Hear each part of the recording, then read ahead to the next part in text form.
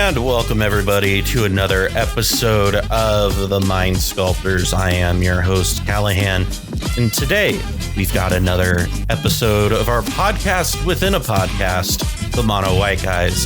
Joining me today are my co-hosts of the Mono White Guys. First up, you know him, you love him, you know him as the Mono White Guy. It's our good friend, Charles Zhuang, out there from Washington, D.C. Charles, how you doing today? I'm doing well. Thanks for having me, Caleb. Yeah, well, always a pleasure to sit and talk Magic with you and always talk about specifically white cards with you.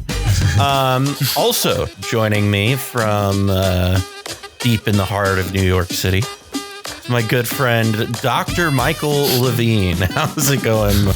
I'm doing great. Thanks for having me. I think we'll never stop calling me Dr. Michael LeVine. It's forever now. That's your title. Name. Yeah. Someone on Twitter said, why do you call him, or maybe it was on YouTube, why do you call him Dr. Michael LeVine? His PhD has nothing to do with Magic the Gathering. And Cobblepot had to explain to this person that it's tongue-in-cheek. that we don't think we're not doing it seriously, and this is what I worried about. It is your proper title, though. It is my proper title, yeah. Oh my goodness. Well, thanks for joining us. We're recording this today, literally the day before release. So I apologize to our patrons that this is not going to be coming out early for you guys. But I got to tell you before we jump into anything else, I know you two haven't seen Spider-Man No Way Home yet. I have seen it twice. No spoilers. All right. We don't want to lose our viewers here. Here's what I'll spoil for you. At the end of the movie, there is a list of all the people who were in it and worked on the movie. And it's like 5 minutes long.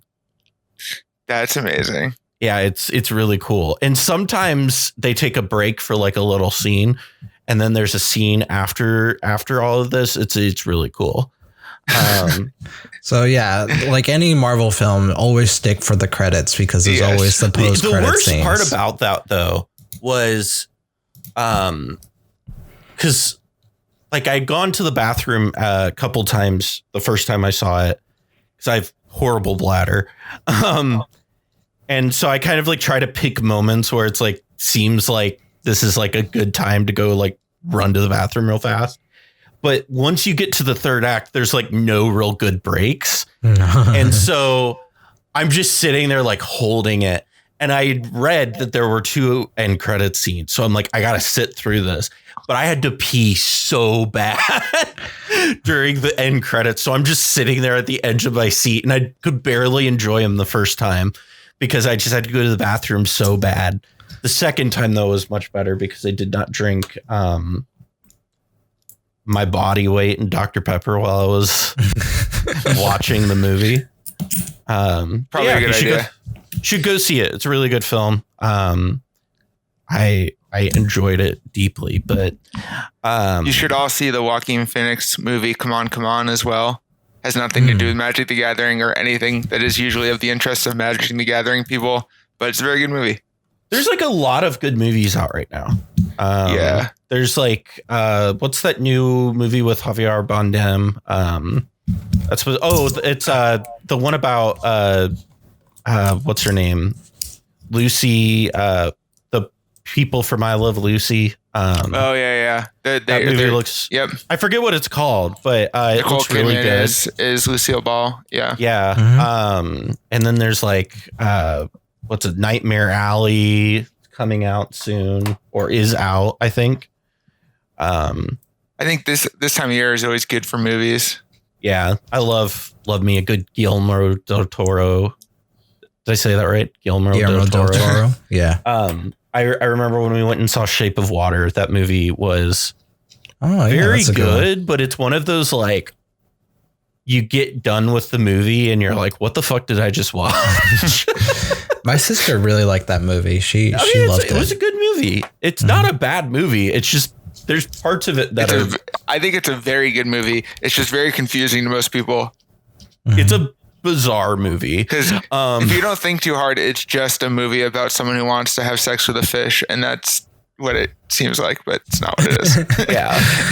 Okay. It's But anyway. Speaking of good movies in 2021, there's also some good white cards in 2021. There also were some good white cards that came out this year. So we are going to be doing a CEDH award show in January. So stay tuned for that.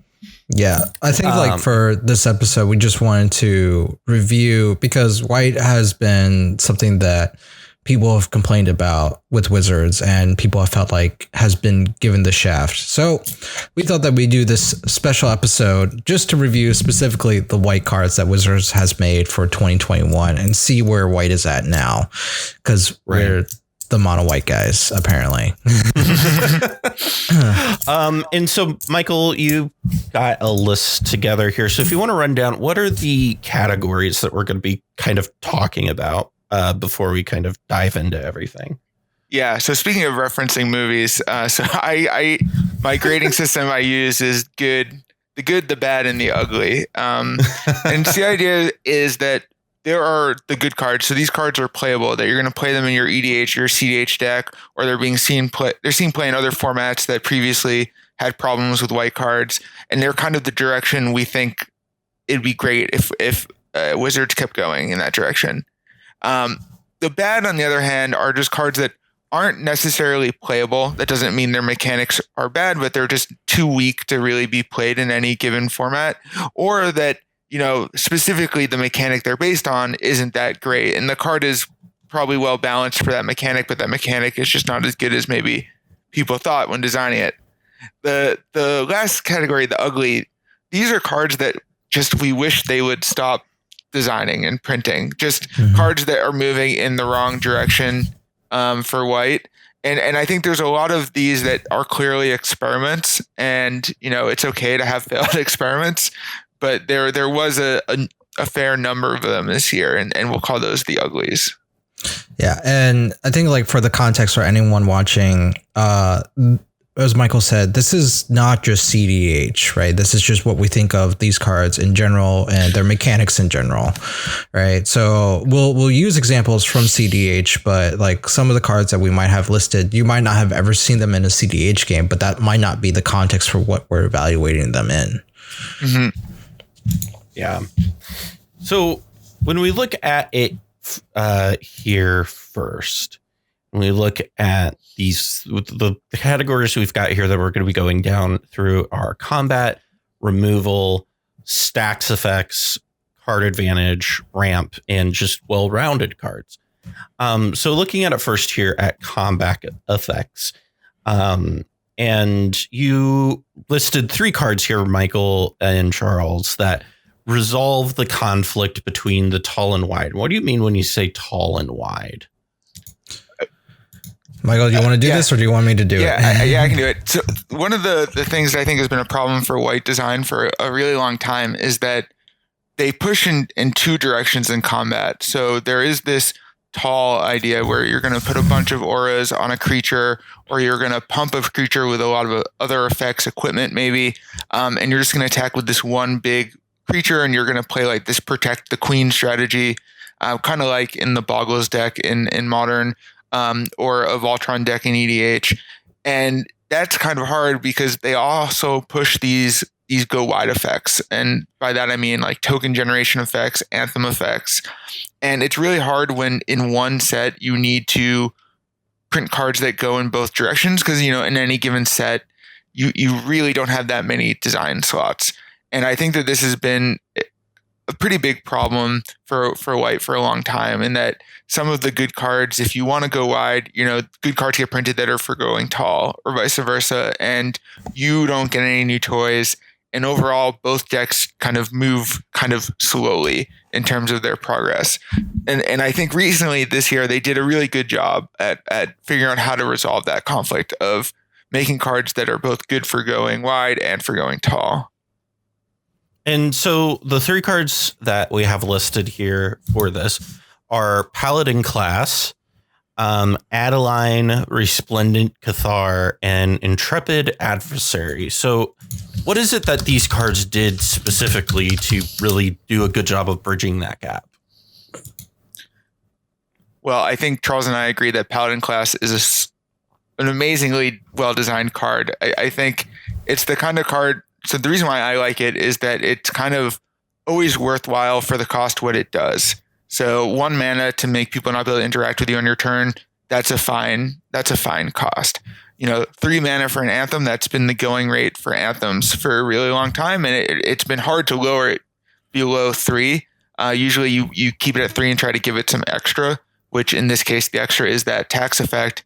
And then the 5 is just like this amazing go wide, go tall effect. The 5 is whenever you attack, one of your creatures gets double strike and +1/+1 for each other attacking creature. And that's great because the second mode, the one that is the Anthem effect, says play a lot of creatures, but the third one says, make it really stressful for your opponent to block, because there's going to be one really big creature and then a bunch of moderately sized creatures. And I think that's really, really nice. When I think about how I play it in my Heliod deck, like sometimes you are going wide. You have a bunch of hate bears. You might have constructs from an Urza Saga. And the pump effect is really nice. But then saying like, yes, my 1 flyer, my Ocarina of Emeria is just going to slam into another player for a ton of damage while I can spread the rest of that damage elsewhere. It's just so good. And it doesn't make you feel like you have to worry about, am I going wide or am I going tall? You're just going to combat. And I think that is a great way to design a card in white. Yeah, because even if you're just attacking with 1 creature, the double strike just means so much. Yeah. Right. And so it's the kind of card that rewards you for either direction that you're going with, and it continues to reward you as you build towards either direction as well. Yeah, it scales very well. And that's kind of the same thing with Adeline, right? Like Adeline does that thing where you make, especially in EDH, right? Like you make a token for each opponent, and then that also makes Adeline grow, because Adeline's power is equal to the number of creatures you control. So not only do you have to deal with the fact that there's tokens coming at you, but now there's also a big major creature. And it's interesting because when we look at this, we've seen kind of this resurgence of win-conless stacks of just like winning through beats in CEDH recently.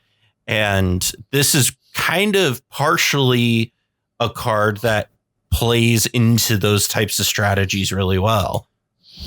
Yeah, I think the cards that let you flood the board but go big against the person who has blockers is like really, really nice. And I know I've talked to some people who are playing mono white Adeline win conless stacks and really liking it because she just gets so big in an EDH deck. So I'm really happy with that design. And it's funny because it's like a callback to this old, I think it was one of the Innistrad sets. There was one where like if it was a 1 colorless 1 white 1/1, and if you controlled I think 4 or more creatures, you flipped it.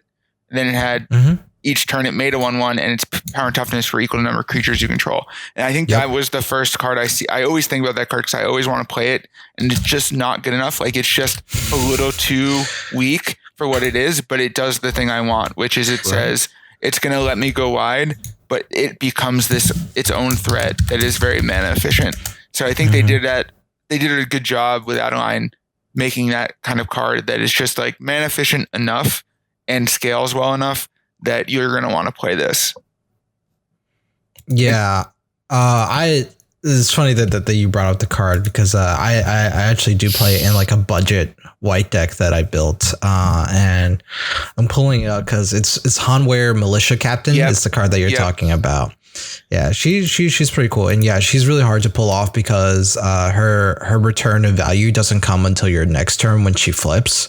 But then she creates the 1/1 at the end step. And so there's this whole thing where, you basically have to wait a full turn cycle for her to flip, which is kind of like the really awkward thing in a 4-player game.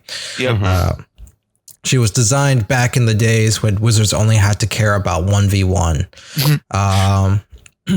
But now Adeline is basically that kind of card that works well in multiplayer, and I guess on its own is still a reasonable threat, right? Like the problem with the Militia Captain is it doesn't flip unless you have all these other creatures on the board. Right. Whereas Adeline just creates her own fuel, which is really good. Doesn't need any extra. You can top deck it on an empty board, and soon your board is very full.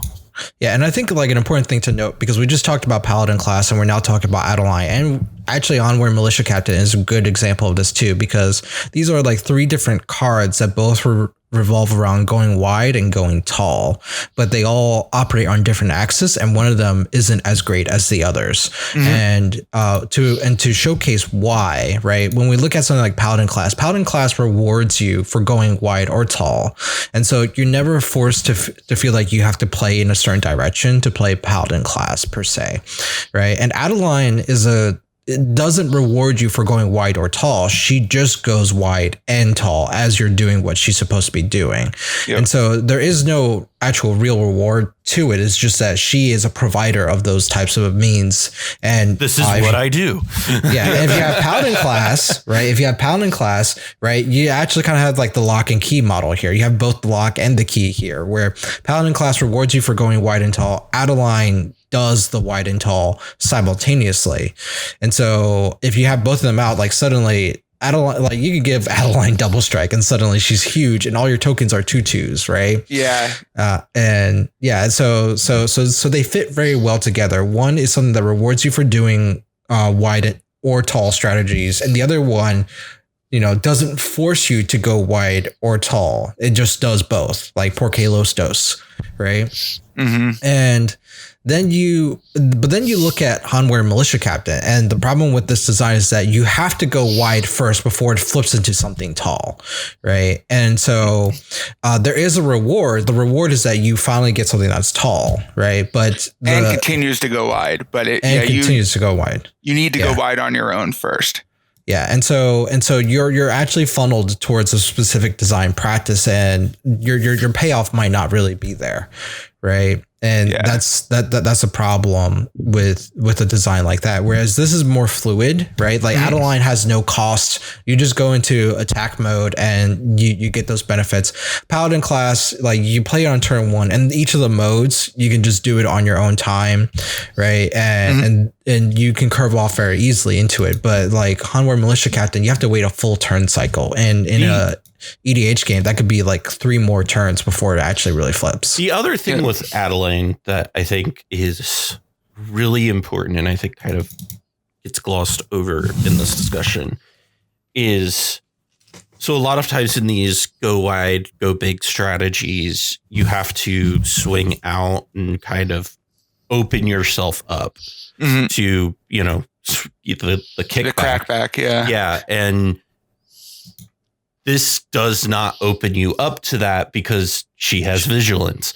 And I think that really adds a layer of power that I think kind of gets undervalued, because the ability to swing my 7/4 at you and not be worried about whatever is coming back in my face because I still have a 7/4 here, is honestly just like what makes that card excellent, in my opinion. Yeah. And so I think the other card on the list, the Intrepid Adversary, does that same thing in a similar way, where it's like, so the thing I really like about that card is that this like kind of ETB multi-kicker thing they've created, it doesn't just create an anthem effect, it's an anthem for itself too. So, as you make your other creatures bigger, you make it bigger, and it has lifelink. So again, it's like, you don't have to worry about the crackback as much because you're gaining life as you deal the damage. And it's kind of like a preemptive fog. It's saying, I'm going to make up for what you're going to hit me for. And I really like that. I mean, it's one of my favorite parts about the Heliod deck is that, I usually don't need to worry about blocking because I can just give my attacking creatures lifelink and I'll be fine.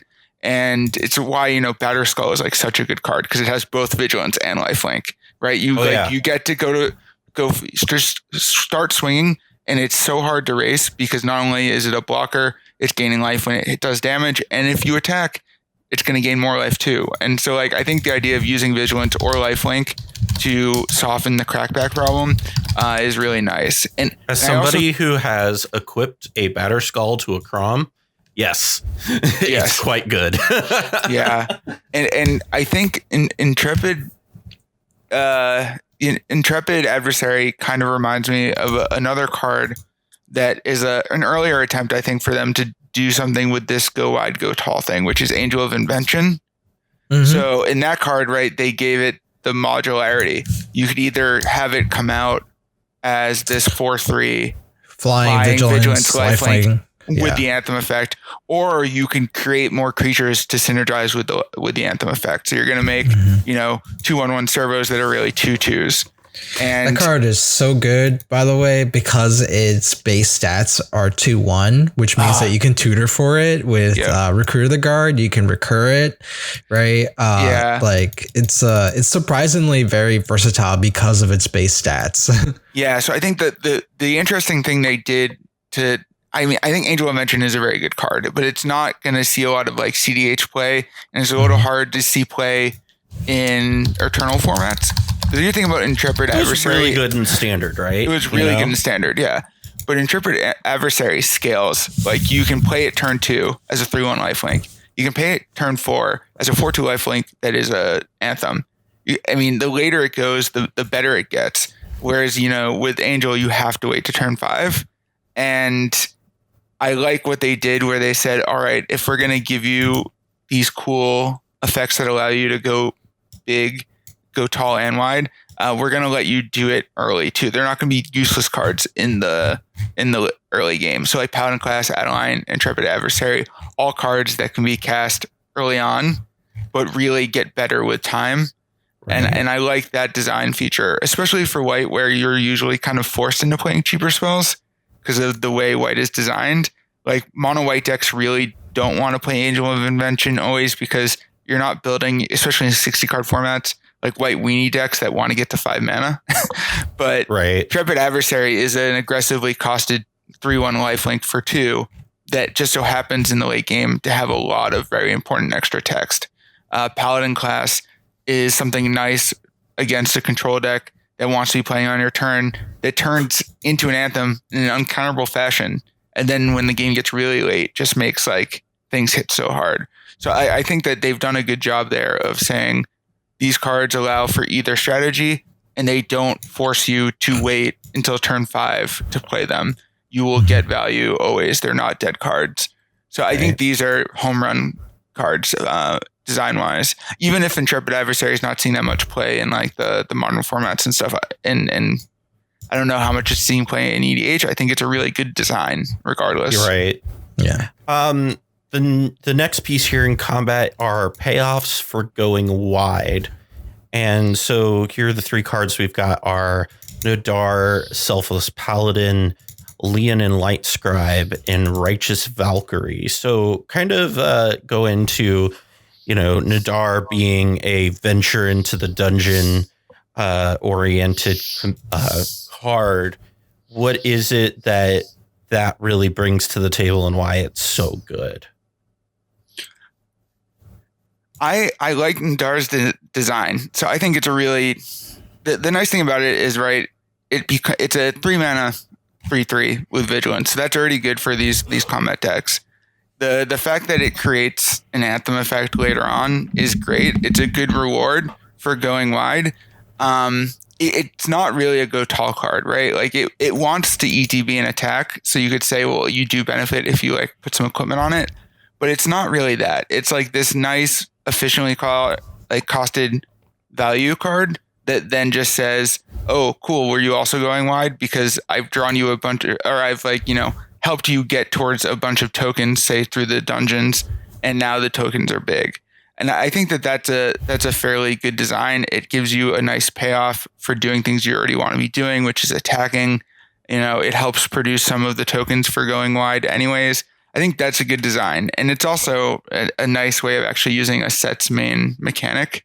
I think that one problem I've noticed in mono white is often the main set mechanics don't play towards making cool cards in white always. And this is a good one where like Venture into the Dungeon made a lot of sense for white. And it's good that they got a good card or a relatively strong white card that uses that mechanic. Right. Yeah. Yeah, I like the design of Nadar in general. I like the fact that like with the dungeons, like especially if we only seen 3 dungeons right now, but who's to say in the future that Wizards will produce more dungeons that only like increases like the level of modality that Nadar brings to the table. I imagine in Commander Legends the Commander Legends D&D set we're getting this coming year, we'll probably get some new dungeons. Yeah, and the Nadar can only get better because it's similar to like equipments. Like the early, like Stoneforge Mystic, for example, was a card that when it came out, did it come out? Yeah, it came out before Batterskull came out, right? Correct. Yeah, and I think before the swords came out, right? Well, the Sword of Fire and Ice and was the before. Original Mirrodin swords. Yeah, Sword of Fire and Ice was the original Mirrodin sword, but Feast and Famine was before. Was after Stoneforge Mystic, right? But this is like one of those. I mean, but there was already Umezawa's Jitte and Sword of Fire and Ice, and so you had that going for Stoneforge Mystic, but I think Batterskull really pushed it over the edge. And that's like kind of like the thing to note is that when you have a card that revolves around like a key like mechanic or gimmick, and that Wizards is going to continue to invest in that, then that card's ceiling is only going to get higher, especially when they have like a giveaway like that, where it's like, oh, you can put any equipment. There's no restriction to this, right? It's one of the things that Wizards has been doing lately now in being more cautious about their design, where they have this extra addendum to their triggered abilities where it's like, oh, this only triggers once per turn, right? And to every other Magic player's like chagrin, being like, oh, well, this card now sucks. But it's a good safety feature, I think. If they want to, I think if they want to make ETBs really do powerful things, or they want to make triggered abilities do powerful things, they're going to have to put some controls on them, because it's really easy for them to just really get out of control. So the once a turn thing is a good way to be like, the payoff for the triggered ability is high, but you're not going to be able to just win off of it in a turn. And I think that's a good idea. It's something. And so just for people who only exclusively play Magic, I was just entertaining a friend yesterday and we were playing Legends of Runeterra. Like I've seen this safety feature in Legends of Runeterra as well. And I think like it's actually common practice now across the board with card design, that like for card designers, that's just been something that they focused on.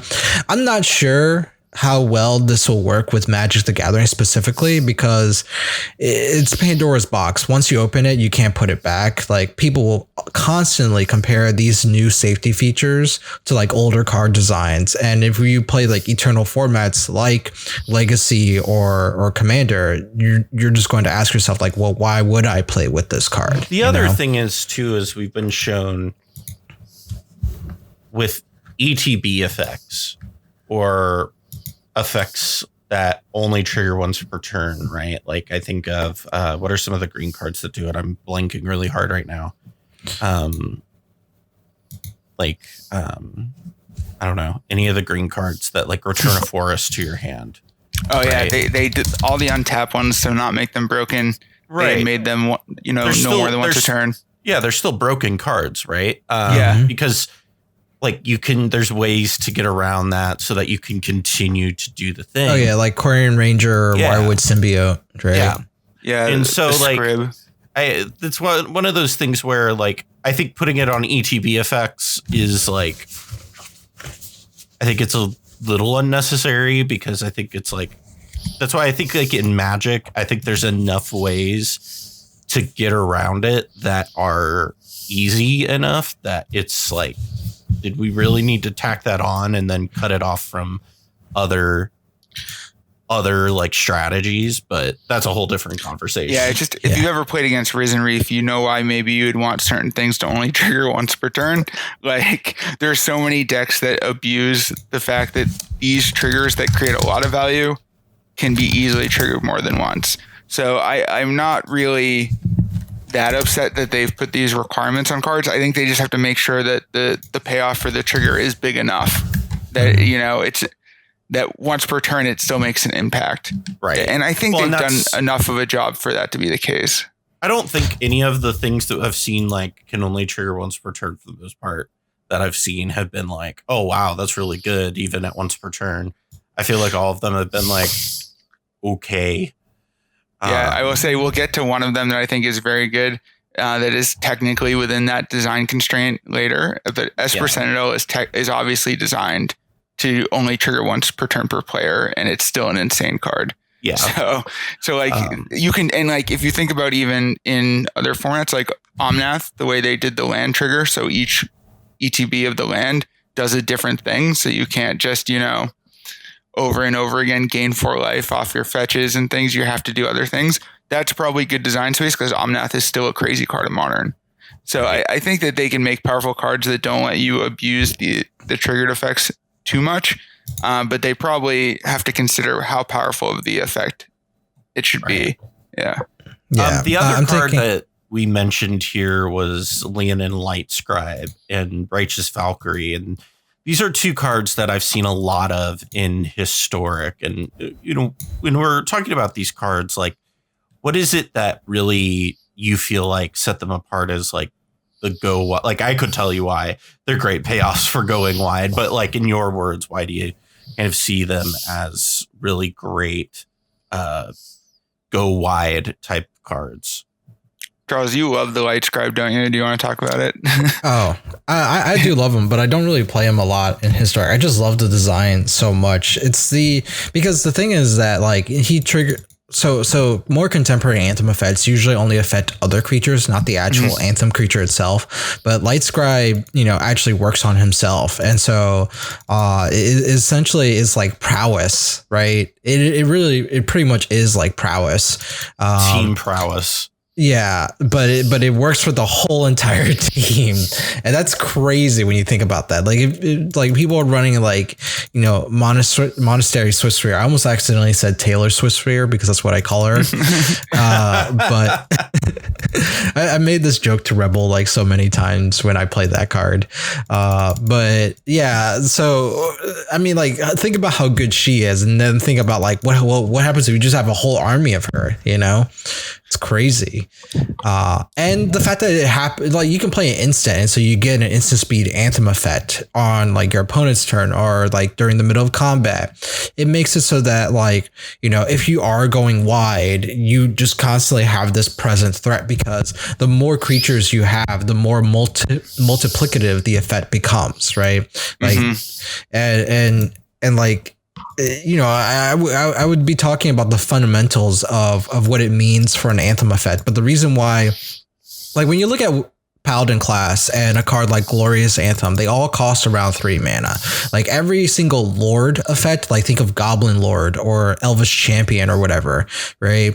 They all cost around 3 mana. And the reason why is that Wizards has figured out this formula for like Anthem effects being around this price range of a cost because of how powerful Anthem effects are. Like if you have like 2 1/1s, they then become 2 2s, and now you're swinging for 4 points of damage on turn 3, right? Which is actually kind of crazy when you think about how limited is built and those other kinds of formats.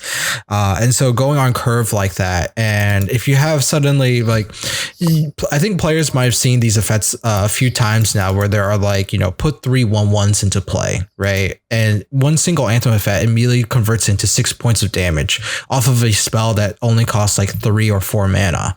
And they start attacking the turn that you play your Anthem effect. That's pretty crazy. So think about this with Leonin and Lightscribe now, where you can scale it for each spell you play. And so those 3 1/1s are now 2 2s that then become 3 3s, right? Just because you play 2 spells that turn. And you're doing something you probably already want to do, right? You're just playing spells.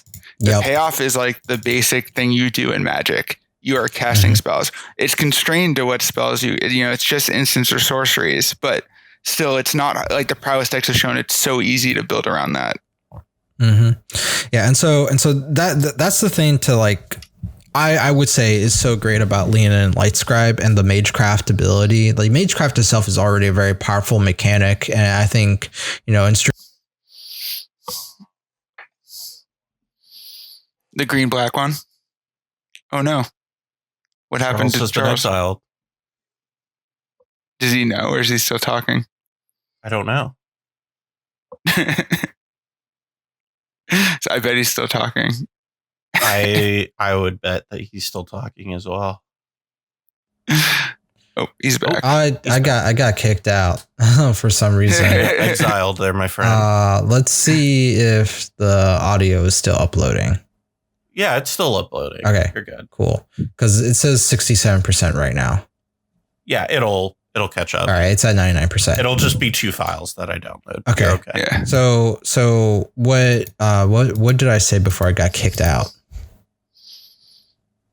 Callahan is the greatest Magic player of all time. You were talking about Magecraft. What was it? You were going to reference another card. Yeah. There's a like Magecraft was I think like a home run in terms of a mechanics that they introduced. It was very powerful. I won't be surprised if we see Magecraft again, right? In some other set or as a one of. It seems very good. And there was a Clever Luminancer was another one that was very popular, I think, in standard. It was a 0/1. That's the 1 mana one, yeah. Yeah. And so, I mean, it's very evident of how powerful Magecraft is, but also how powerful a single pump is to your creatures. Mm-hmm. And they just printed Flusterstorm into Modern. It's making me actually want to play a deck with Lightscribe and like Phantasmal Image and Flusterstorm. And just, it's like too bad Gitaxian Probe is illegal because I would love to Gitaxian Probe for free like twice and then fluster the last one and then attack with a bunch of like 8/8s. No, just play like Gut Shot over and over. Yeah, I was in my head as Charles was talking. I was like, "Oh my god, can I play a Lava Dart in that deck? Is this like a Jeskai deck?" And I just like, it's like it reminds me of the Landfall decks, except cooler because I like casting spells. You can play like this and Monastery Swiftspear in the same deck like, right now. Yeah, and then like Phantasmal Image, and then it's just like. It seems very fun. Blue burned. Yeah, well, and that's the other thing. Like, you can almost just play it in a burn deck. Mm-hmm. Like, I mean, it's not going to be in Modern Burn any day soon. But like, if you wanted to play like a fun burn deck, this is a card you could play in your fun Burrows burn deck. I was thinking that like if you in CEDH were trying to build a burn deck, this is probably what you play over something like Monastery Swiftspear. Yeah, because it pumps everything. Yeah. It seems so much better. Like you would play this, you would play Monastery Mentor, like those types of effects. This with Monastery Mentor actually would be insane. Oh, it's good with Sedgemoor Witch too, which is from the same set. Same set.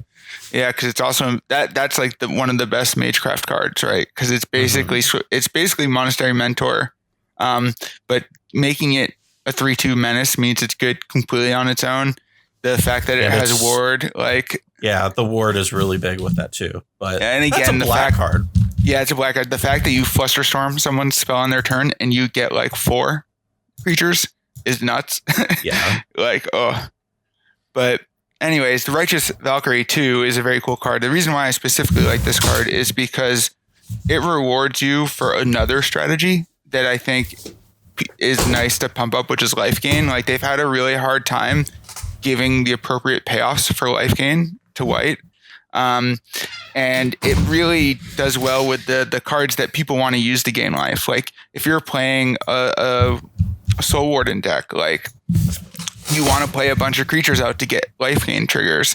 Now this one is going to say, well, once you've done that, all those creatures are going to be big, which is a great payoff. And it gets around like the Lean and Pridemates problem of you get one payoff card that if they just blow it up with a Fatal Push, all of that life gain was just delaying the inevitable. Oh, I know. This is like I played Rakdos midrange in Historic against this card a lot. And like this is the bane of every Rakdos midrange deck out there because this card just kind of doesn't care about your strategy. No, it says I'm going to gain so much life, and once I've done it, all my things are going to be huge, and there's nothing you can do about it. And it's like outside of bolt range. I mean, now that in the other formats there are cards that for 1 red that deal 6 damage, it's not so good because it's out of burn range. But I know like when I play it playing 8-whack in Modern, I have to like Goblin Grenade it, and that feels really, really bad. So the fact that it's like an aggressively costed creature with a really good life gain trigger that then rewards you for going wide and gaining life in a place where a go wide life gain deck already exists, like that's really good. It powers up a deck that's historically thought is, weak. It helps you get better payoffs for gaining life, and it has a strong payoff for going wide. So I really like the design of that card, even though every time I play it, I'm just so sad because I'm playing my red burn deck and you're going to gain so much life so fast. So let's look at this next category of burns or bombs that aren't actually bombs. And we've got Halvar, God of Battle / Sword of the Realms. We've got Icing Death and Valkyrie Harbinger. And what makes these bombs that aren't actually bombs? Well, I can say that the first two have something to do with equipments, but it's really like, I think I was so happy with Halvar when it came out. At least the flip side, the front side of Halvar, I wasn't too interested in. I think it's just too much of a cost to actually get the thing that you want it to do happening. And it just doesn't really pay off very well. I think that I think that Halvar was an experiment, and Icing Death was just a throwaway that they had for a core set, which was their D&D set. But for Halvar, I think they wanted to see, because like if you actually got Halvar to work, right, it's actually really amazing the effect that he does. Halvar is worse Arden. Yeah. So that's the thing. I think that the double strike thing is cool, and like being able to move equipment is cool, but for the cost, it doesn't do enough. Like double strike is a fine benefit, but it's not that huge. If you're going to give something double strike, you can do it a lot of other ways. And to be honest, the back half is usually better. So you're probably going to be casting it as the back half until you get another copy, which is obviously not relevant in EDH. But and the back half is still mana intensive for what it does. So it's not this like big splashy card. It's like a pretty good mid power card. It's like a yeah, well, like the way that I describe it is like look at Halvar. So Callahan pointed out, like there's Halvar and then there's Arden, right? Arden was an uncommon from Commander Legends, 3 mana 2/2 that can move any number of auras and equipments onto any permanent, right, or player. And that's something that's really important to note, is that Arden has more flexibility in terms of its targets. Arden can move curses. You can skull clamp people's dorks. Yes, yeah, but like, it's so much. You can skull clamp people's dorks. You can move something like Curse of Exhaustion, which is a curse rule of law, onto another player, right? You could do so much more with Arden in terms of what you want to do with equipments and auras, right? And so Halvar, is also in that same department. It wants to reward you for playing equipments and auras, because if you have a deck that doesn't have equipments and auras, then the first ability of Halvar doesn't do anything, neither does the second. You just have a 4/4, right? So now when we have a deck that's equipment aura based, right, like say that I like not even thinking about CDH, like I just want to build an equipment aura deck and I'm using Halvar as my commander. Why would I use Halvar over Arden? Well, Halvar gives me double strike for my stuff, right? And that's fine. But now when you think about like the opportunity cost of playing that, you have to already have an equipment or aura in play if you want an immediate payoff. If you don't have an equipment or aura attached to a creature the turn that you play Halvar, you have to wait a full turn cycle before you get to doing that, right? And this is like, and say that you play on curve, so this is turn 4, right? Turn 5 is then when you be equipping or enchanting something, and playing equipment and equipping it will probably already cost you up like that whole spectrum of mana that you spend on turn 5, unless if it's like a Skull Clamp. But the problem with a card like Skull Clamp is that you're never really equipping it to like get the effect. You're usually equipping it to kill something and then drawing the card. Think about like Batterskull, right? Like Batterskull's like 5 mana. Yeah, and so it's like by the time you're getting around to casting Halvar, you probably already put Batterskull into play, and you're probably able to just equip it. Right? Yeah, well, like, Halvar will equip it for you, right?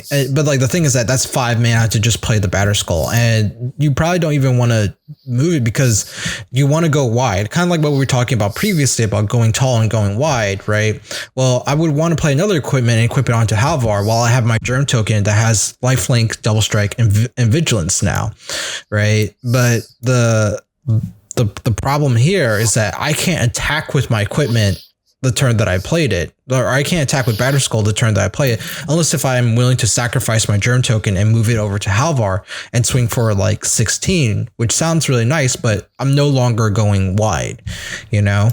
And so, there's so much baggage to that might not necessarily even just be with Halvar, but with the way that we design equipments in Wizards of the Coast, right? Like and equipments are designed a certain way now because of cards like Stoneforge Mystic affecting the way that equipments are designed. Like you see equipments now with a higher equip cost, right?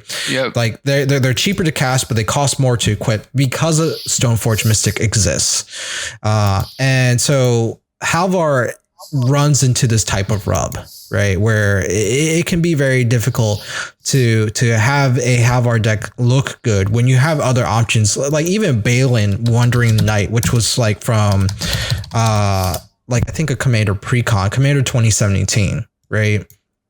And like she gives herself double strike as long as she has 2 or more equipments to it. And like when you think about like the procedure of having your board state set up to actually get that payoff, like Balin is probably easier to have accomplish than it is to actually get Halvar to work.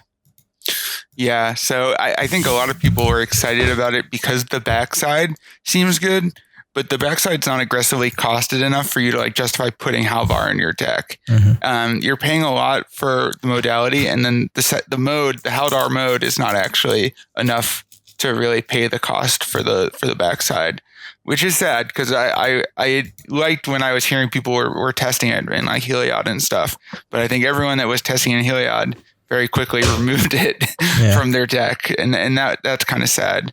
And I think Icing Death, like you said, it's probably, filler. It's just sad. If you're going to make named legendary white creatures where the rest of them are flashy in that cycle, it's sad when white gets like a non-flashy one. It's not even non-flashy, it's just not good. And it's sad. It really makes me sad. I think it would have just been better if Icing Death had the like ability that the equipment gave. And that probably would have tipped it over to being decent. The equipment itself is not that bad, but like the problem is that like I'm spending 4 mana for a 4/3 Flying Vigilance, and it doesn't do anything else than that, right? But when it dies, I get this neat equipment that actually does something to help me out in combat, right? But that's I thought most of the legendary dragons from Adventures in Forgotten Realms overall were pretty like, yeah. But I mean, like Old Gnawbone is at least like an exciting card. Oh yeah, right. The one that makes charges equal damage. Like this one's not really exciting. The payoff is not that good. Like I was wondering for the equipment that it gives you, right? +2/+0 whenever it attacks, tap a defending creature, like equip 2. What would you pay for that card? Probably only 2 mana to begin with. So like, you're getting a 2 mana value thing for free when your 4/3 Flying Vigilance dies. Mm-hmm. That doesn't seem good enough. It seems like you're doing a lot of work just to get the equipment if all you want is the equipment, right? And which is why I was saying like if it had the ability from the equipment attached to the creature while it's alive, right? Then it feels like you got something that was worth your while. But if you spend 4 mana for a 4/3 Flying Vigilance, you're just kind of like, well, I don't know. Sarah the Benevolent makes a 4/4 Flying Vigilance. That's. I mean, yeah, exactly. I mean, it's weird because the tap a defending creature thing is a really good limited mechanic, but they put it on a mythic, and you only get it when it dies, right? And so it's like if they blow up your bomb, you get this equipment. Yeah, that makes no sense. So I'm really sad about that design. I think this card was designed, and perhaps I'm wrong, I feel like there were cards in AFR that were designed very top down, if that makes sense. And I think this is one of those cards that was designed of, this is a thing in the world, and this is a thing that you get from that thing in the world. So, like, I mean, how do we translate that into a card? And I think that is an interesting, like, look more at some of, because I've talked before about how I really think top-down design is really interesting, right? But this is kind of like a good example of maybe not the greatest top-down design. Yeah. I mean, like, I think like they deliberately powered this down. They could have given it, well, I think the other problem is that this is a weird thing that not many people will ever think about, but it's like the word space economy on the text. Like, they could have given it like that triggered ability that says whenever this attacks, target creature defending player controls, but they would have no room to fit it into that text box. And so instead they just gave it the death trigger. But because the sad thing though, it could have been a disturb, like the card itself. I know it's the top down design, but like a card with this mechanic space could have been printed with disturb, right? And disturb is basically that. It's not reusable, but like disturb, the way they did disturb with enchantments on the backside, auras, the auras often give the abilities the front side had. So they could have made this a 4/3 flying vigilance that taps a creature when you attack. And then the disturb, when it died, you could cast the disturb side, which was the equipment. If they'd done it that way and said equipped creature gets, that ability. It was totally doable with the mechanical space that we would see just like, and we've had MBFCs before this too. Yeah. Well, Disturb didn't come out until like later this year, unfortunately. Yeah. It's sad because you could imagine a better version of this card using the Disturb mechanic or a variant of it.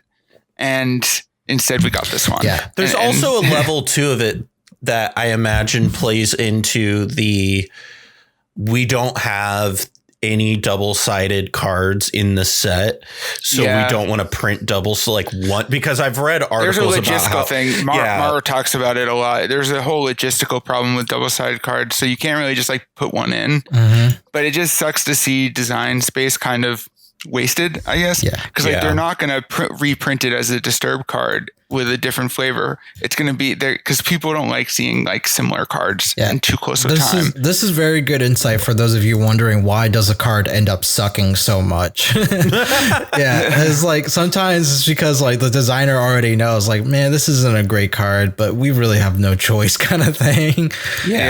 And for context with the top down design, that's what Callahan talked about, like Icing Death, like his teeth become the blades for like one of the most like quote unquote badass D&D characters, Dritz, right?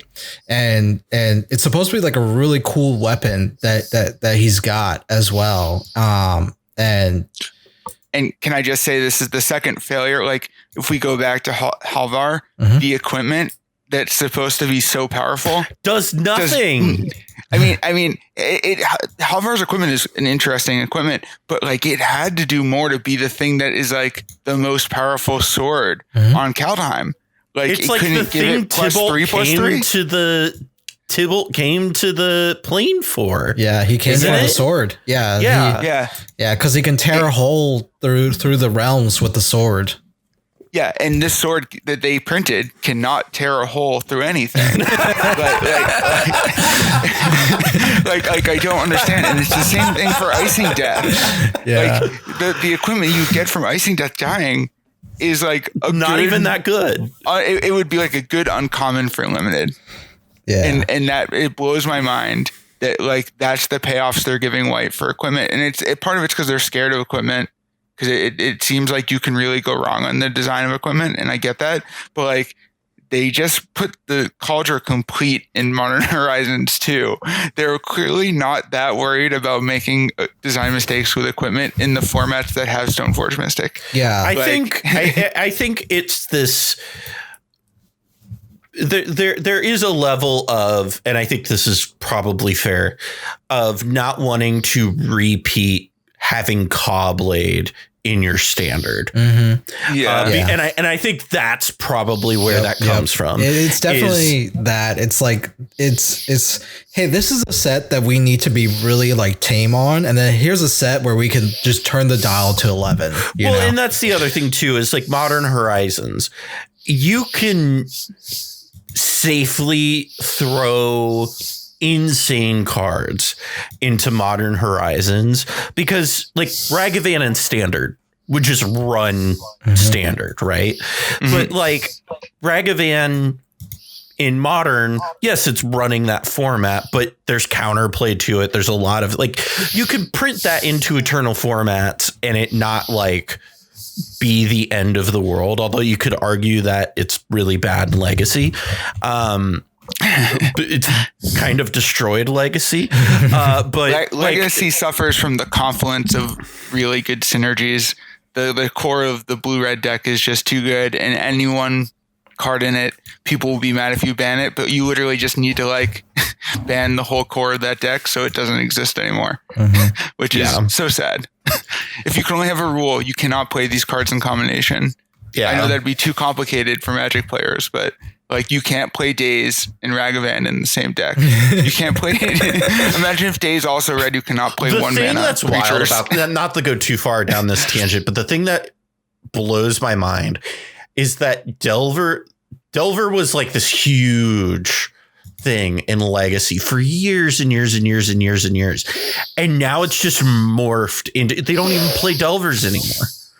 You don't need to because now you have Darcy, and Darcy's just way better than Delver. And now you. I was watching a game where someone was playing Ragavan and Darcy, and Darcy, by the way, is Dragon Rage Channeler. For those who don't know what that card is, and I'm just like, yeah, that Ragavan looks good, but I think like Dragon Rage Channeler is doing all the work for you. He's like, yeah, it's doing a whole lot of work for me right now. I mean, Dragon Rage Channeler in Historic is wild. Like it was one of like when I saw that and I saw that they were putting that into Historic, I was like, man, like freaking what's it called? Rakdos Midrange just got like a shot in the arm now. Jesus. But I think they thought it's weird because like when Delirium was printed, it was supposed to be this like better threshold that would be less abusable, but it turned out to be equally abusable. And they seem to know that, but then they're like, what if we print these other Delirium cards that are again like so powerful? Like Darcy would have probably been worse with threshold because often on turn 2 their Darcy's online. They wouldn't have had threshold. And then it'd be harder for them to like sculpt their graveyard for various decks like Murktide decks or Croxa decks because they still would need to keep 7 cards in the graveyard. Right. Yeah, it's insane. It's insane to me. And of course, these are mechanics that aren't really white mechanics. And I think that's like the thing I'm mad about equipment is that there's this safety valve put on equipment, and there's like no safety valves put on some of these other mechanics that we all know are broken. Like, and they're not in white. And so I really would wish they would not put so many safety valves on the equipment, especially in like formats that aren't going to have Stoneforge Mystic. I just don't think you have to worry too much about equipment. I think it's because people who play test and try to balance these cards are more or less really good mono white players, and they're like, oh, we can't make this too powerful, but it's okay that we put more like effects like Darcy in there because they're trivial or simple. Well, let's look at some cards that we knew were absolute. They didn't work. We, as you put in our show notes, Michael, we have enough goddamned angel producers and that's Starnheim Unleashed. And so, what is your kind of take on this card? Like, it's just not a great bomb, right? Yeah, well, it's just not a great bomb, and it like follows in this thing that people always complain about, which is they try to give white these flashy angel producing spells that are just usually not good enough to be played in anything but like your EDH Angel Token deck. And like, I think there's definitely a really fun deck to play there. Snow Queen Hoth, she's always talking about her Angel deck, and like, great, this is probably a cool card for her Angel deck, and I'm sure it'd be very fun. But for trying to power up white, like, don't give us more mythic cards that produce 3/4/4s. Like, it's just not enough. Every time they do it, I think they keep thinking it's going to be like another Decree of Justice or like those other, every once in a while they've printed one that clearly is a bomb. The Miracle one, that's name I always forget. Mm-hmm. That one is like clearly a really good card. And in Miracles, it was a win con. But like more often than not, the cards that produce the 4/4 white angels with flying or flying and vigilance just end up not being powerful enough. And that's because a 4/4 flyer is not what it used to be. Yeah. Like Sarah Angel used to be the way to win a game. Now it's not. And we can't keep treating these spells like making 2/4/4 means you win the game. Wasn't Starheim Unleashed played heavily in limited and standard when it came out?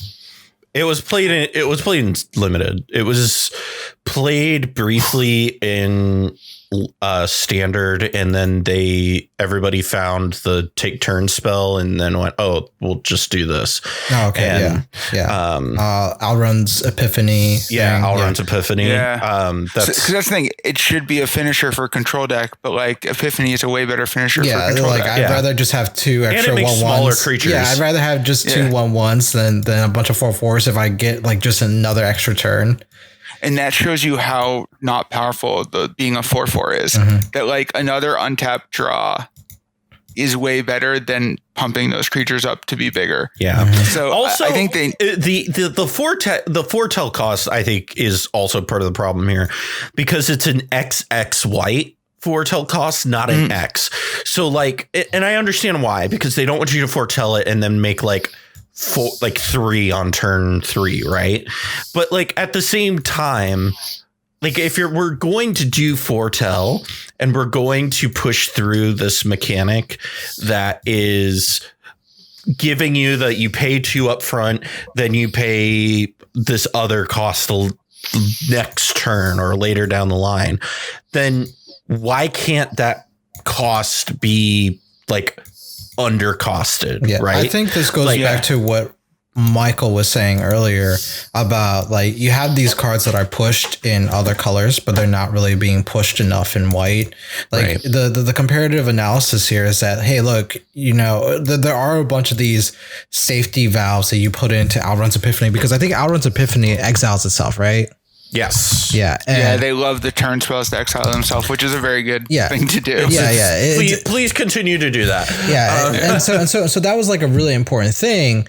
And they made the foretell cost 6 mana, which is like 1 more than Time Warp, right? But it creates 2 1/1 birds, and they figured like, oh well, nothing can go wrong with 2 1/1 birds, right? For 1 extra mana for your Time Warp, and so they have all these extra precautions, but it's still very powerful.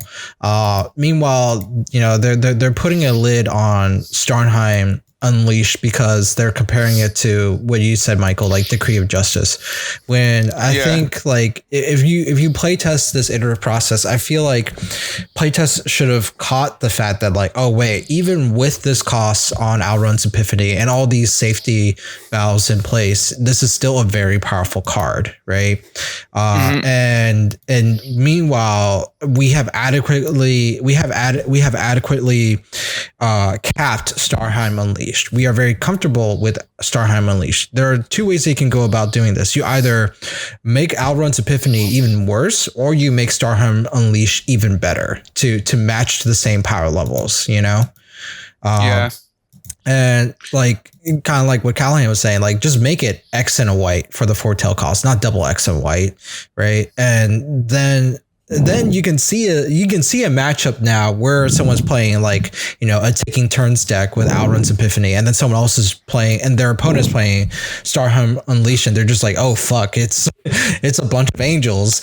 Yeah. I'm not going to have enough time. I'm screwed. Right. Whereas, I think even X white would have been fine.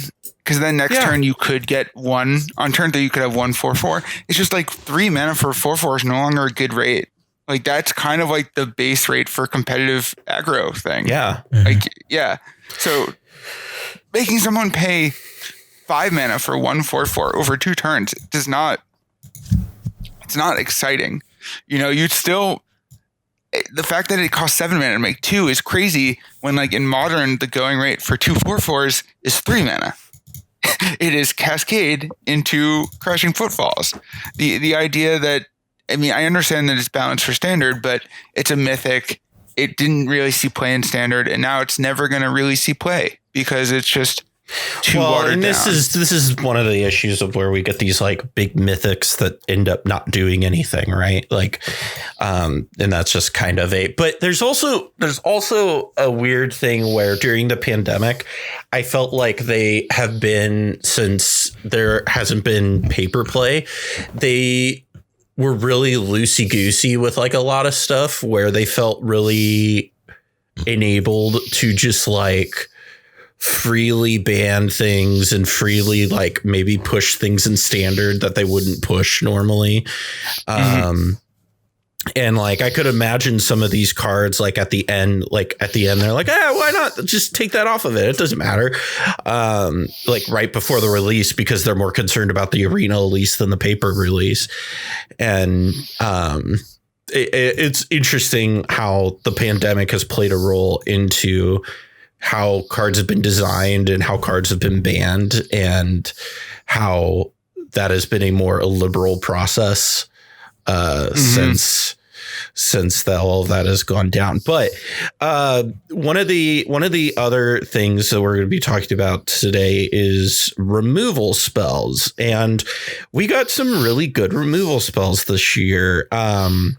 You put Skyclave Apparition down here, Michael, but I hate to be the bearer of bad news. That came out in 2020. Wow. That was time passes in that the was weirdest way right now. Rising.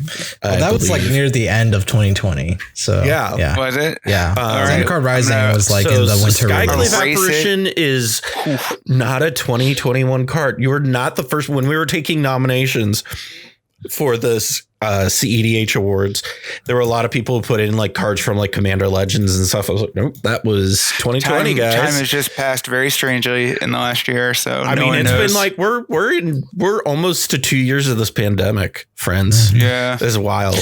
But so when we look at cheap board wipes, we've got Doomscar, Vanquish the Hordes, and of course Out of Time. And Out of Time is a card that I think it's very unique in that it plays really well in like Aminatou it was like exactly the card Aminatou wanted, because it does exactly the type of thing that deck wants to be doing, right?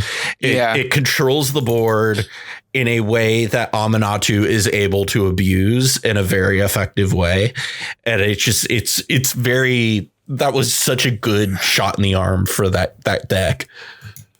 I also like, for these temporary removal effects, doing phasing instead of exile, because it doesn't re-trigger the ETBs. And I think that's a really good way to power up like the O-ring effects that they love giving white. And so I think there's two ways you can power this up, right? You don't give them back what they originally had. So the ones that make tokens like Skyclave Apparition, or that dinosaur card, that's name I always forget, that exiles a creature and then they get a creature back, a token. Oh yeah. I know what you're talking about. I don't know the name. Could you imagine Out of Time with Xur? Oh yeah, right. Like, yeah, it's like, I'm just gonna grab my Necropotence, and then next turn I'm just going to like shut down the rest of the aggro opposition on this table, and when I'm ready, I'll just bounce it back to my hand and swing with Xur again, and then replay it. Yeah, and so I think that mass phasing is a really good idea for design space. Let's that they're bringing phasing back. It's not as confusing. It's actually kind of intuitive. It's just that you have to trust your intuition. It's anything on it stays on it. Well, and that's the other thing is, I think since they've put it into Arena, in the way Arena, and this is one of the things I think is really helpful. Again, going off topic, one of the things as a judge that I really like about Arena is I think Arena teaches you how to play Magic really well, because it shows you the stack and it shows you how the stack interacts, how all of that works, how things go on to the stack. And it also shows how phasing works in a very good way of this card is here, but it's not here. And this is one of the things that I love about Arena that I don't think MTGO was able to do in a very like intuitive way, that I think Arena makes like the stack and these types of effects very easy to understand. Yeah. I all in all, I think Out of Time was not only a good board wipe, but just a really good design in general. Yeah. And what I like is that I think they now are realizing that 3 to 4 mana wipes is kind of where you need to be. Like, they were scared of 4 mana board wipes for a really long time. The problem is that in most formats, it needs to be 4 mana. Like in Modern, you can't play 5 mana for your board wipe. Like you'll be dead. 4 is usually too much. So figuring out how to make mass removal at the 3 slot is very good design space to be looking for. Like Doomscar, I think, is a really well designed card, and it's not broken, right? It's not like ruining formats or anything because they can now Wrath on turn 3. But for formats where you need to Wrath on turn 3, you have that tool now, right? And I think that's really good design. So I would like them to keep designing these cheap wipes that have drawbacks that aren't really drawbacks. Like Doomscar having to pay the mana on turn 2, not that bad. Vanquish the Hordes, like in the games you want to play that, there's no drawback. Same with Out of Time. Yeah. I feel like there's not a lot more to say about that, right? Like it's just very, very good design space. I like what they're doing. When we look at removal on creatures, there was Hopeful Initiate, Dawnbringer Cleric, Cathar Commando, and the big one, Solitude, that's been running laps around people in Modern. So talk a little bit about these cards. We've got 2 of them that are good or great, two of them are good, 2 of them are bad. And so kind of discuss here like what we've got that's going on. So I think the big thing that makes removal on creatures really powerful is Flash. It's just Flash. And Cathar Commando and Solitude are so good because they have Flash. And it's 2 ways to do it, right? Like Cathar Commando is the safe way, where it has to sack itself to do the removal thing. So you're not really getting the 2-for-1, but you still have a modal spell that is creature or removal.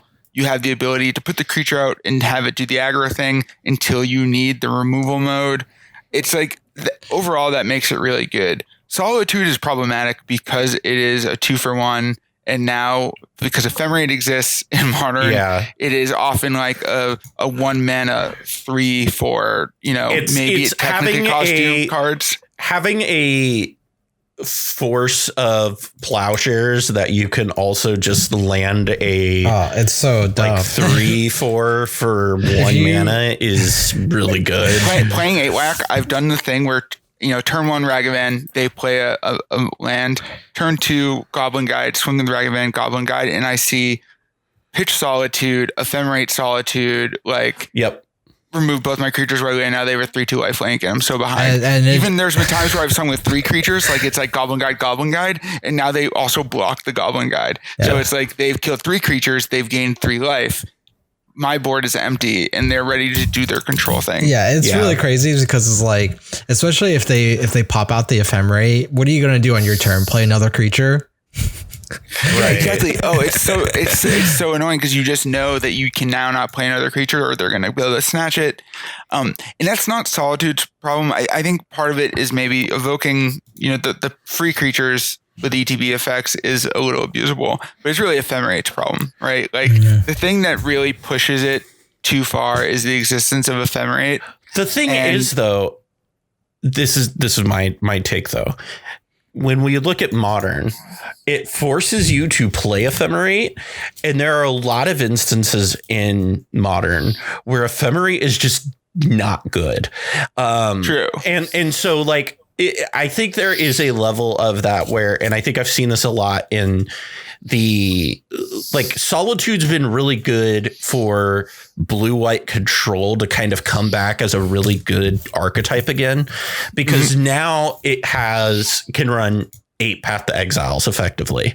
And I think that also it's also a deck that feels very comfortable to pay 4 mana for, or what is it, 5 mana? Feels very comfortable to pay 5 mana for a 3/4 that also removes a creature. So it's like, I feel like it's also not problematic because I feel like what it does is it makes those decks that I think are good for the format better. And the decks that are trying to abuse it, like we've seen, like everybody was talking about, like Grief Ephemerate was going to be like, turns out Grief Ephemerate's not that good. Yeah, it's like, well, turns out that you have to mulligan to a weird hand, and then you also don't have cards in your hand. So I think keep making creatures that act as removal that have flash. Maybe be more careful about how powerful the ETB effect is and if that is going to be abusable. But like I was originally against Solitude and Heliod because we don't play that many white cards, surprisingly. But it is just so much better than Path to Exile. It's have just so much better. Discovered that, like, I've played it a few times in Arden Crom, and it comes in and out depending on what day it is. But like, even in that, like as a 5 mana removal spell, it still feels pretty good. And like, I think even in 3-color decks, I think we've really undersold, like in these base white decks that are starting to pop up, like Solitude is really good. And like Arden base decks are very white centric. So I think that Solitude in those types of decks are absolutely worth playing. The cards that I think are bad on this axis, Dawnbringer Cleric and Hopeful Initiate, have this problem of they don't have flash, so it takes your whole turn to use it, and then the effect is not necessarily good enough. Like Dawnbringer Cleric would be so much better if it blew up an artifact. Blowing up an enchantment doesn't, like, the mana value I'm willing to pay for something that can blow up an enchantment is so low. Right? If it's not a full disenchant effect, I'm probably not going to play it. The exile effect is nice, but exiling one card is like not usually enough to stop the whole breach deck thing. In most formats, just one card getting exiled is not sufficient. And the gain life mode is like almost non-existent. The thing that's wild to me is that Hopeful Initiate came literally the set after Cathar Commando, and it's at rare, and it's worse than that card.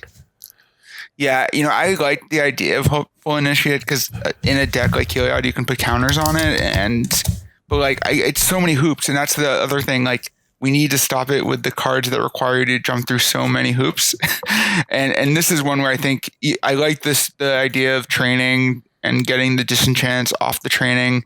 It's a cool card, but it's a little too many hoops for most formats. I could see it working in standard, and I hope it is, but it's not going to really work in CEDH. Maybe Tigum, whatever, the deck with the I think it's just counters. Too many turn cycles for this to go off. And once you remove the two counters, was definitely a card designed for limited. And it was good in limited.